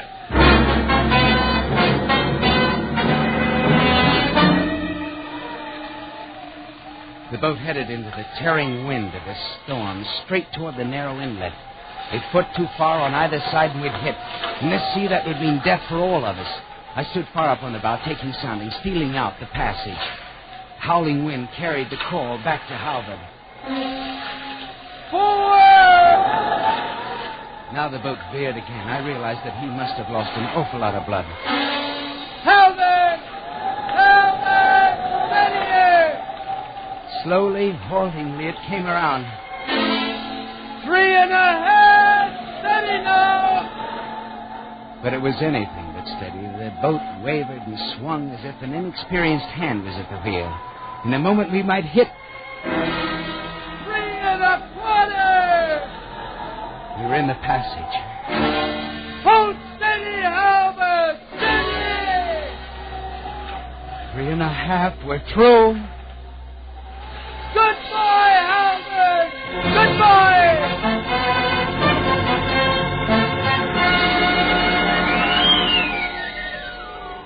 Good boy, Halbert, I called. But when I went back, it wasn't Halbert at the wheel. It was Millie. Millie, her hands steady, her eyes washed clear of any madness. Millie with a little tight smile on her face, but no fear. And Halbert lay rolling with the swells in the bottom of the cockpit. I'm afraid, John. He was wounded worse than you thought. Oh, Howard, good heavens. He told me to take the wheel. Said it was life or death, and then he slid down. Like When? that. When was this? Back there in the passage. Just when you said 3.5. I'm afraid I wasn't very good, but I held on. Oh, Millie, you were wonderful. No, not yet. But I'll learn, John. I'll learn.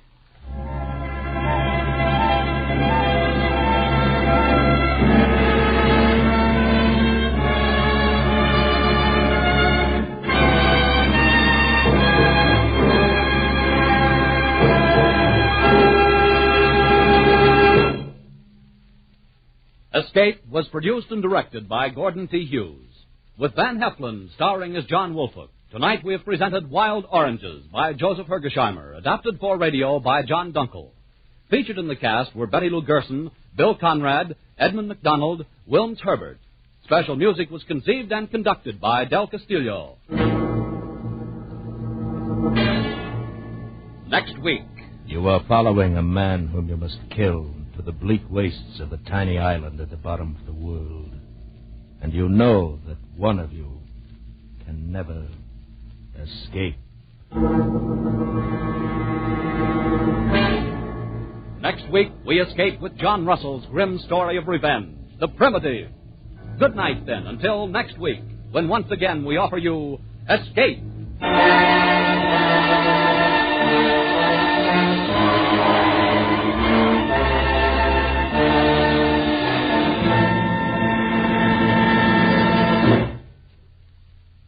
Van Heflin is currently starring with Jennifer Jones, James Mason, and Louis Jourdan in Metro-Goldwyn-Mayer's Madame Bovary.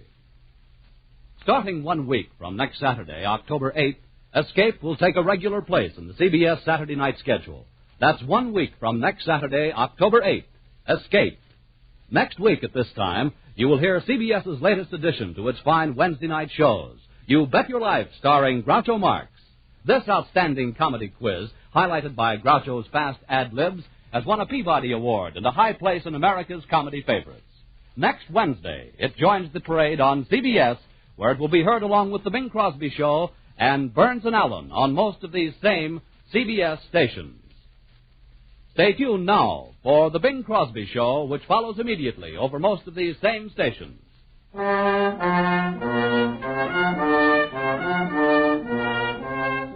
Paul Masterson speaking. This is CBS, the Columbia Broadcasting System.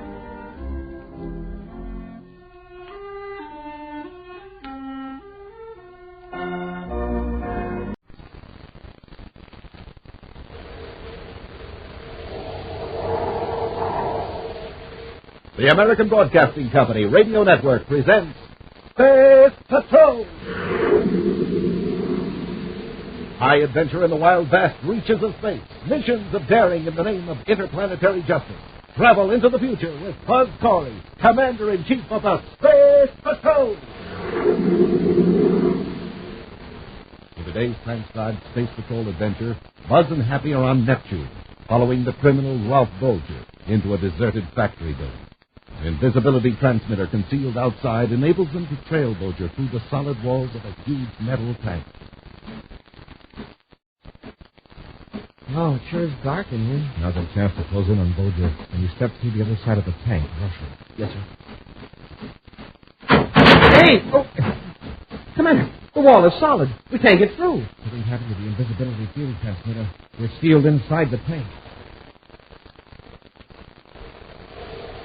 We'll be back in a moment with the thrilling story, Escape from Neptune. The children in American families will receive things like bikes, trains, dolls, books for Christmas. But there are many children in the world today who would be happy if they had enough to eat on Christmas Day. Thousands of children in Europe, Asia, South America, the Philippines, and Korea are suffering from inadequate food, lack of clothing, and cramped living quarters. Include these children on your gift list. For $1, CARE will send 28 pounds of food abroad in your name to an orphanage or a needy family. If you can spare more than $1, fine. Send your contribution to Food Crusade, CARE, C-A-R-E, CARE, New York, to any local CARE office, or to CARE through any Railway Express agency. And now today's Space Patrol adventure, Escape from Neptune. For several weeks, a feeling of insecurity and fear has been spreading throughout the United Planets.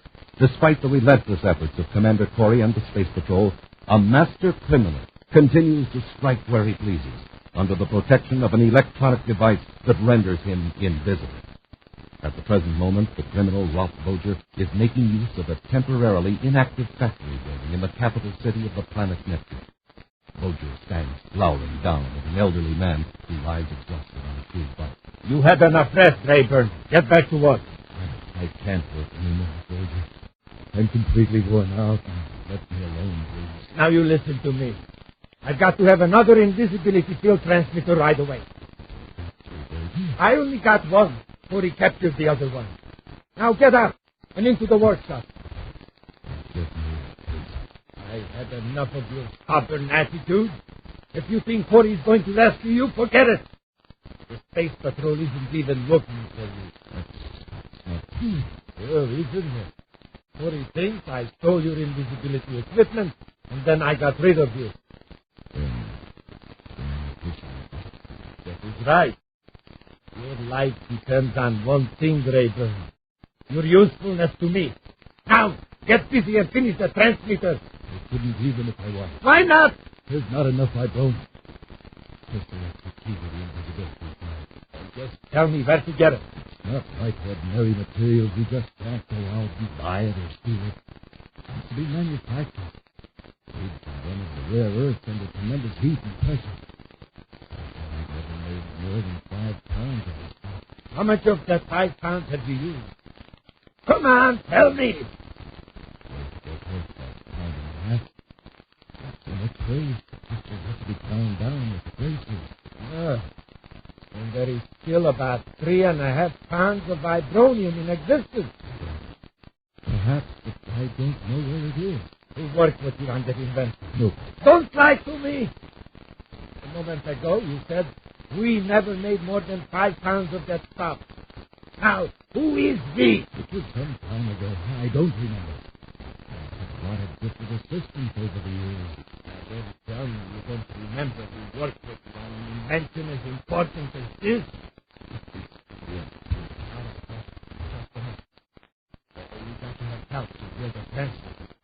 Someone who knows what they are doing. I'm going to bring that assistant of yours here to Neptune City. No, you can't do that. You are going to write a letter. It's the only way you can save your life. In his central office at Space Patrol headquarters on Terra, Commander Corey cuts off the intercom and turns to Cadet Hap. Hap, that was the former associate of Professor Abraham. Have you got it handy? Yes, sir. It's right here. You can cross off number 23. 23. Oh, that's Lanine Harvey. Yes. And with a whole list of 40 people. She's the only one who's been interested in that call here in person. Yeah. So far, the best we've got is a note from a former student that saw Professor Rayburn 3 years ago. How to get it, okay. Okay, come on. Miss Harvey? Miss Harvey, this is Cadet Hap. How do you do? How do you do, Miss Harvey? Pleased to find you. Thank you, Commander. I'll tell you why I came here. I received this letter yesterday. It's in Professor Rayburn's handwriting. Dear Lanine, I've reached a point in my work where only you can help me. You realize the nature of my experience, and I ask you to bring every step of our journey you can lay your hands on. Please tell no one about this. Come at once. Are you sure this is his handwriting? Positive. Part of his pages and turn off. Yes, I did. I was in dress in Neptune City. I memorized it and then tore it off and destroyed it. Do you know anything about the fact that Professor's invisibility field transmitters have been used in a series of crimes? Oh, no. Miss Harvey, professor's life is in danger.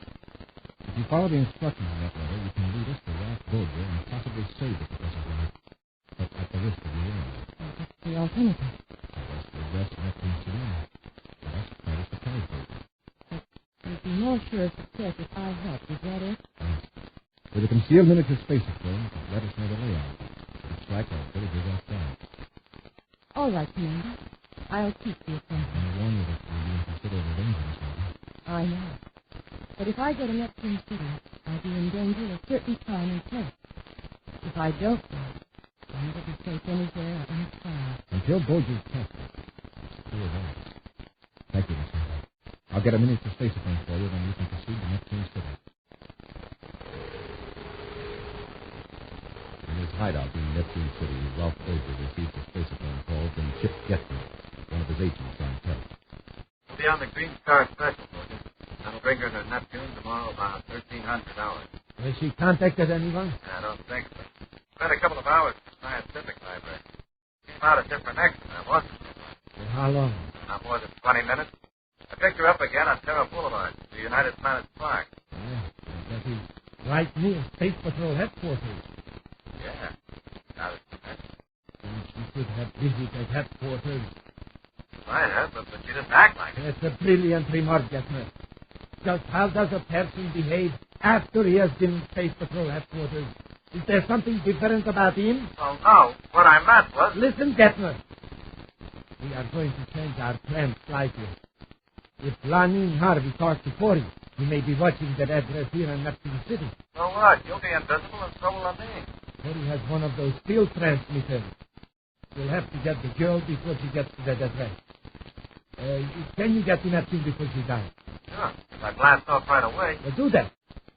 I'll put the invisibility transmitter in a surface car and meet you at Neptune City Spaceport. We'll grab the girl before she gets anywhere near the place where she expects to meet Rayburn. Several hours later, a surface car moves slowly along the street in Neptune City. Both the car and the two men in it are invisible to the throngs along the busy thoroughfare.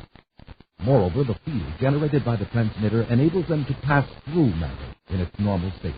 Thus, the stream of traffic is completely unaware of the existence of the invisible car and its occupants. Slow down a little, Getner. The girl is stopping to look in the store window. Moving on now. She's heading right toward the car. Stop the car. Do not touch that field transmitter. It's set just the way I want it. Several blocks away, near the address given them by Lenine Harvey, Buzz and Happy keep close watch on an apartment building through electronic spectacles. Like Bolger and Getner, they too are in a surface car made invisible by an ultra-vibration transmitter. Miss Harvey should be here pretty soon, Commander. Yes. Now remember, Hap, you don't move until she's inside and has a chance to let us know the setup. Well, suppose Bolger stays with her and doesn't give her a chance to use the spacer phone. We can tell a lot by that conversation. Just to know how many we've got to find. Let go of me! Let go of me! Hey, it's Miss Harvey. She's in trouble now. Bolger stuck sooner than I expected. I'll find out where she is. Help me, someone! When is it time to see you what is? It's Bolger. You're hurting me! Then stop jumping. Come on, get in the car. He must have grabbed her right on the street. What have you done to my eyes? I can't see. You are invisible in special electronic spectacle. Now, get to that car. Where are you taking me? Well, that's the racer. I was going to be a business. Now, then, waiting in a factory building. It is not part of the city. Let's go, Getner. How do we get to this factory, Bulger? We just go straight out on Draco Boulevard. It's a Draco and Gamma. Draco and Gamma, let's go, Hap. Yes, sir.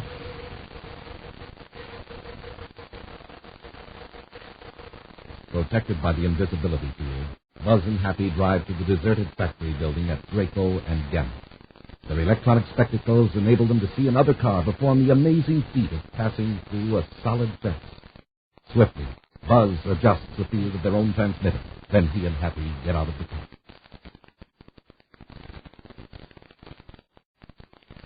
There's Bolger, and he's got Miss Harvey. I'm heading toward the building. But there was another man in the car.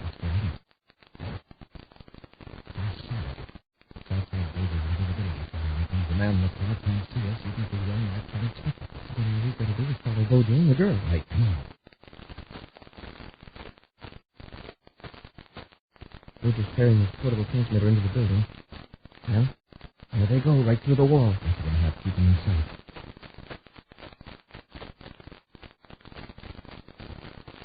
Here's where they step to the wall. Be ready to rush Bojo. He's leading her toward that big storage tank. They're walking right through the tank.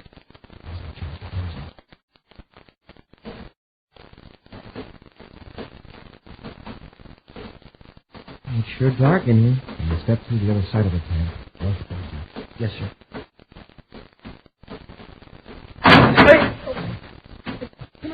The wall is solid. We can't get through. Something happened to the invisibility field transmitter. We're sealed inside the tank.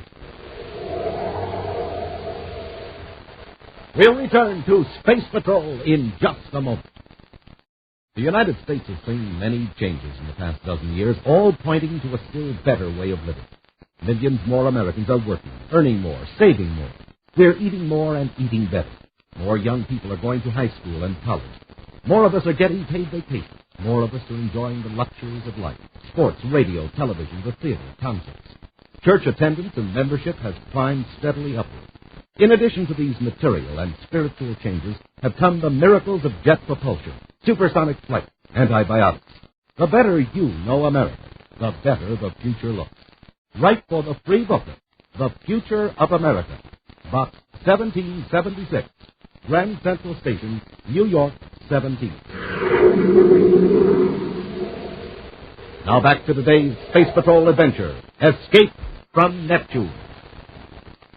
Ralph Bojo and his accomplice, Chip Gettner, have captured Lenine Harvey and have taken her to a deserted factory in Neptune City, where they intend to force her to build invisibility field transmitters. Buzz and Happy were following Bojo and his captive through the metal walls of a huge storage tank.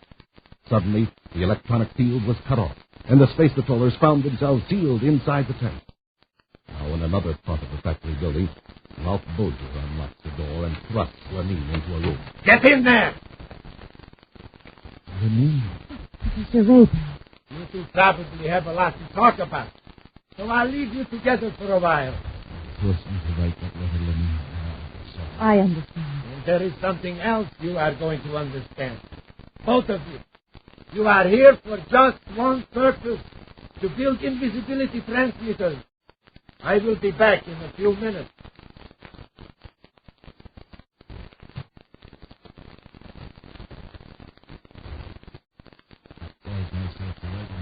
But you have no idea what this is. Please, Professor, I don't blame you. Right now, we've got to think of a way to help Commander Troy. He's in a worse fix than we are. Yes, we thought of that. Bojo and his friend Gettner sealed the command in a big storage tank. I don't know what they're up to. We've got to see up. I was found inside the tank. I realized the commander was in prison. I think to get Happy when they're with him. That's a large tank. It could survive for some time, Unless what? The tank can be filled with gas. There's a compression chamber next to the tank filled with antifreeze. Antifreeze? That's deadly poison. It doesn't occur to Bozo to turn that valve. He's done it. I saw him while we were near the tank. I flicked the valve as he walked past. I didn't think about it. How much time have we got? Yes, to save the commander. I can survive 10 or 15 minutes, perhaps. I can't get out of this room. I know I've tried it. We've got the field transmitter. It's no good without the belts. We couldn't walk through the wall unless we were wearing belts with the control units turned on. The commander and the cadet are wearing belts. That's how they got into the tank in the first place. If we could focus the field toward them... It's worth a try. Quick, Professor. Turn on the transmitter.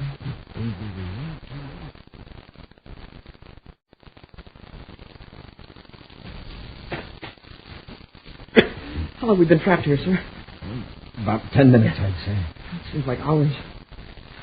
It was 15:40 when we pulled up outside the factory, and now it's...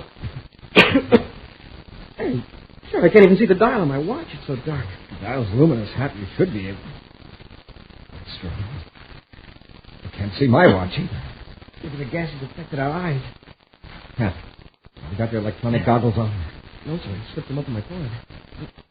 Now I can see the watch. It's 15:52. We couldn't see the dial because we're inside an invisibility field. Somebody turned on a transmitter. Maybe we can get out of here. On your feet, Hap, quick.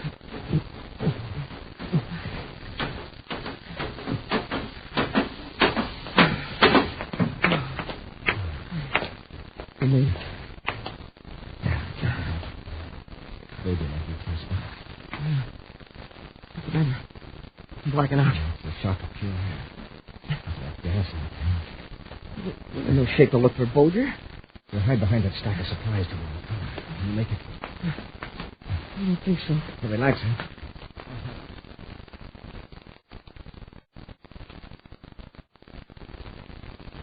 I hope we got it focused right, Professor. I think so. The trouble is, in that dark tank, they might not know the field is on. With that gas pouring in... Please, Professor. Wait. Your space balloon. You can tell them. Why didn't we think of that before? I did think of it. I didn't dare turn it on unless Bolger and his partner are here with me. Yes, I see what you mean. If they have space balloon, I happen to be near the commander, your voice would give away the whole thing. Someone's coming. What about the field transmitter? Keep it on. So you see, Lenine, all I did was devise circuits to combine and control the effects you and I discovered years ago. Well, I'm glad to see you have decided to cooperate. Wait a minute. Is that thing on? I was merely demonstrating to Miss Harvey the sequence of operations. Shut it off, quick! Of course, if you say so. I wouldn't want the field to penetrate the storage tank, although it wouldn't make any difference now. Well, what do you mean? You didn't know it, Miss Harvey, but Commander Corey and Cadet Happy are in the tank. You'll never be troubled by Corey again. Did you go inside the tank? With all the poisonous gas in there? Don't be foolish. Now, come with me, both of you. Where are you taking us? We are blasting off for Saturn. Getman has taken the field transmitter out of the commander's car. Now, I will take this one and we will go to the spaceport. Roger, listen. The professor's very ill. Acceleration of the space flight would be dangerous.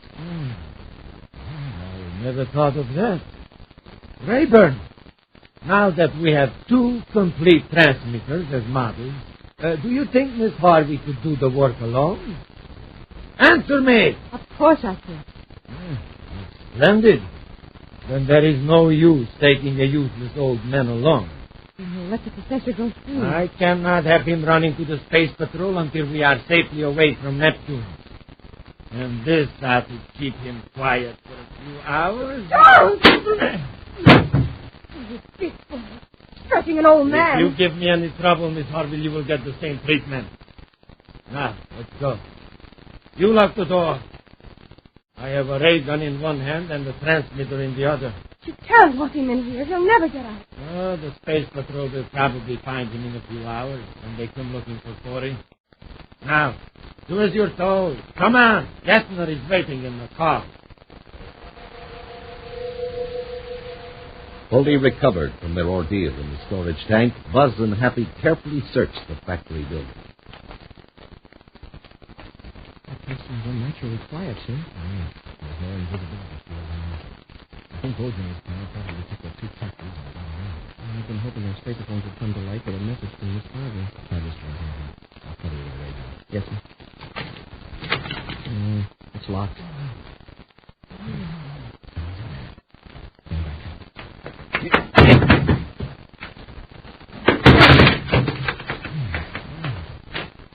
Smoking rockets. Professor Rayburn. Commander. Yes, sir. Lenine, they're taking her to Saturn. Bolger and Gettner. They thought you were in the tank. They're taking Lenine to Saturn. Where on Saturn? I don't know. Professor, did Miss Harvey mention the miniature space phone? Yes. Does she still have it? She didn't. Bolger took her away. She was afraid to use it. Professor will take you to a hospital. And we'll blast off for Saturn.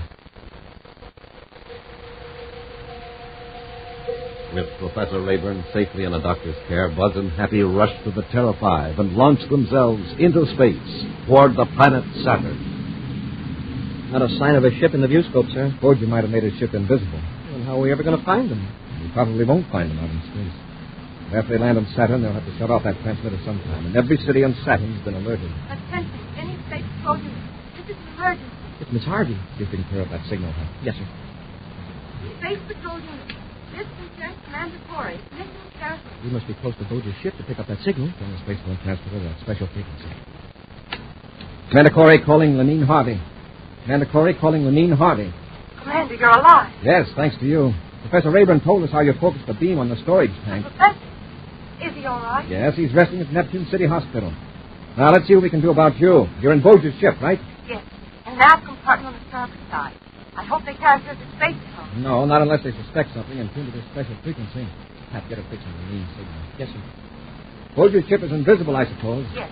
They're headed for Saturn. That's all I know. Well, just follow these instructions and we'll be able to find you. Hold your spaceophone against the bulkhead of your compartment. Then you'll be transmitting the vibrations of the rocket exhaust. You'll follow the signal and overtake the ship. Yes, Commander. But then what? The field on the two ships are entirely different types of matter. I'll put on a spacesuit and jump from this ship to Boja's. Once I'm inside the invisibility field, my vibration rate will be the same as yours. Yes, that's true. And I can come in through the airlock with an atomic torch if necessary. Commander, if something goes wrong... We've talked long enough, Miss Harvey. Put the spaceophone against the bulkhead. All right, Commander. And good luck. I've got it fixed, Commander. We're gaining on Boja. Good. Keep the ship on course, Hap. I'll get into a spacesuit.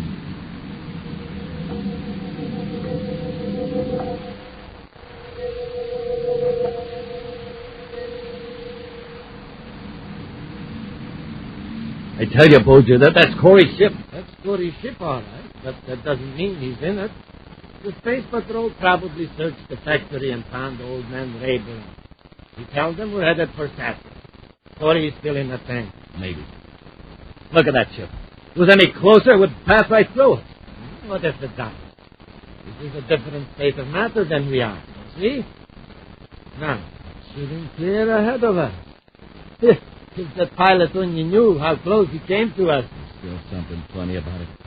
With all of empty space to fly in, that ship followed us like a dog chasing a rabbit to a hollow log. But obviously, no one in the ship saw it. In a few minutes, it will be out of sight. Boja, that girl back there. Suppose she could have signaled a space patrol? How could she? She's locked up. I'm going back aft to make sure. All right, Jetman. Something funny's going on here. I can feel it.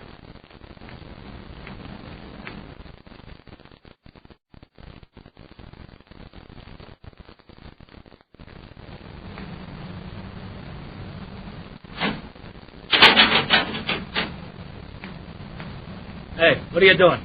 I'm looking. Hide something. Hold your hands out in front of you. I said hold your hands out. Oh, you're hurting Let me me. see those hands. Well, that's how Corey's ship follows. When I get through with you, you won't be able to move, let alone talk. Let go of her, get there. Commander, It's a little awkward fighting in a spacesuit. I'll take it off before I go up after Boja. can I do anything to help? Yes. Keep getting his ray gun, keep an eye on him. When I get out of this suit, we'll lock him in the compartment.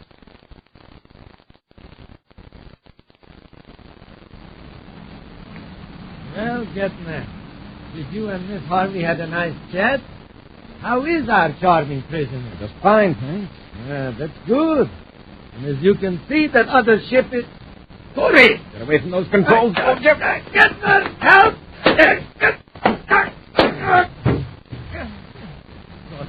Please, I've had enough. I swear, Boja. We're saving a couple to pay you for those 10 minutes in your tank. Mind if I use your space up now? Commander Corey calling Cadet Happy. Commander Corey calling Cadet Happy. Happy here, sir. Everything's under control at this end. Set a vector to return to Neptune City. I'll bring in Getman and Boja. Very good, sir. I still can't see you in the viewscope. I'll cut off the invisibility field. Now, how's that? Fine, sir. How's Lenine? Okay. He's back aft guarding Getman.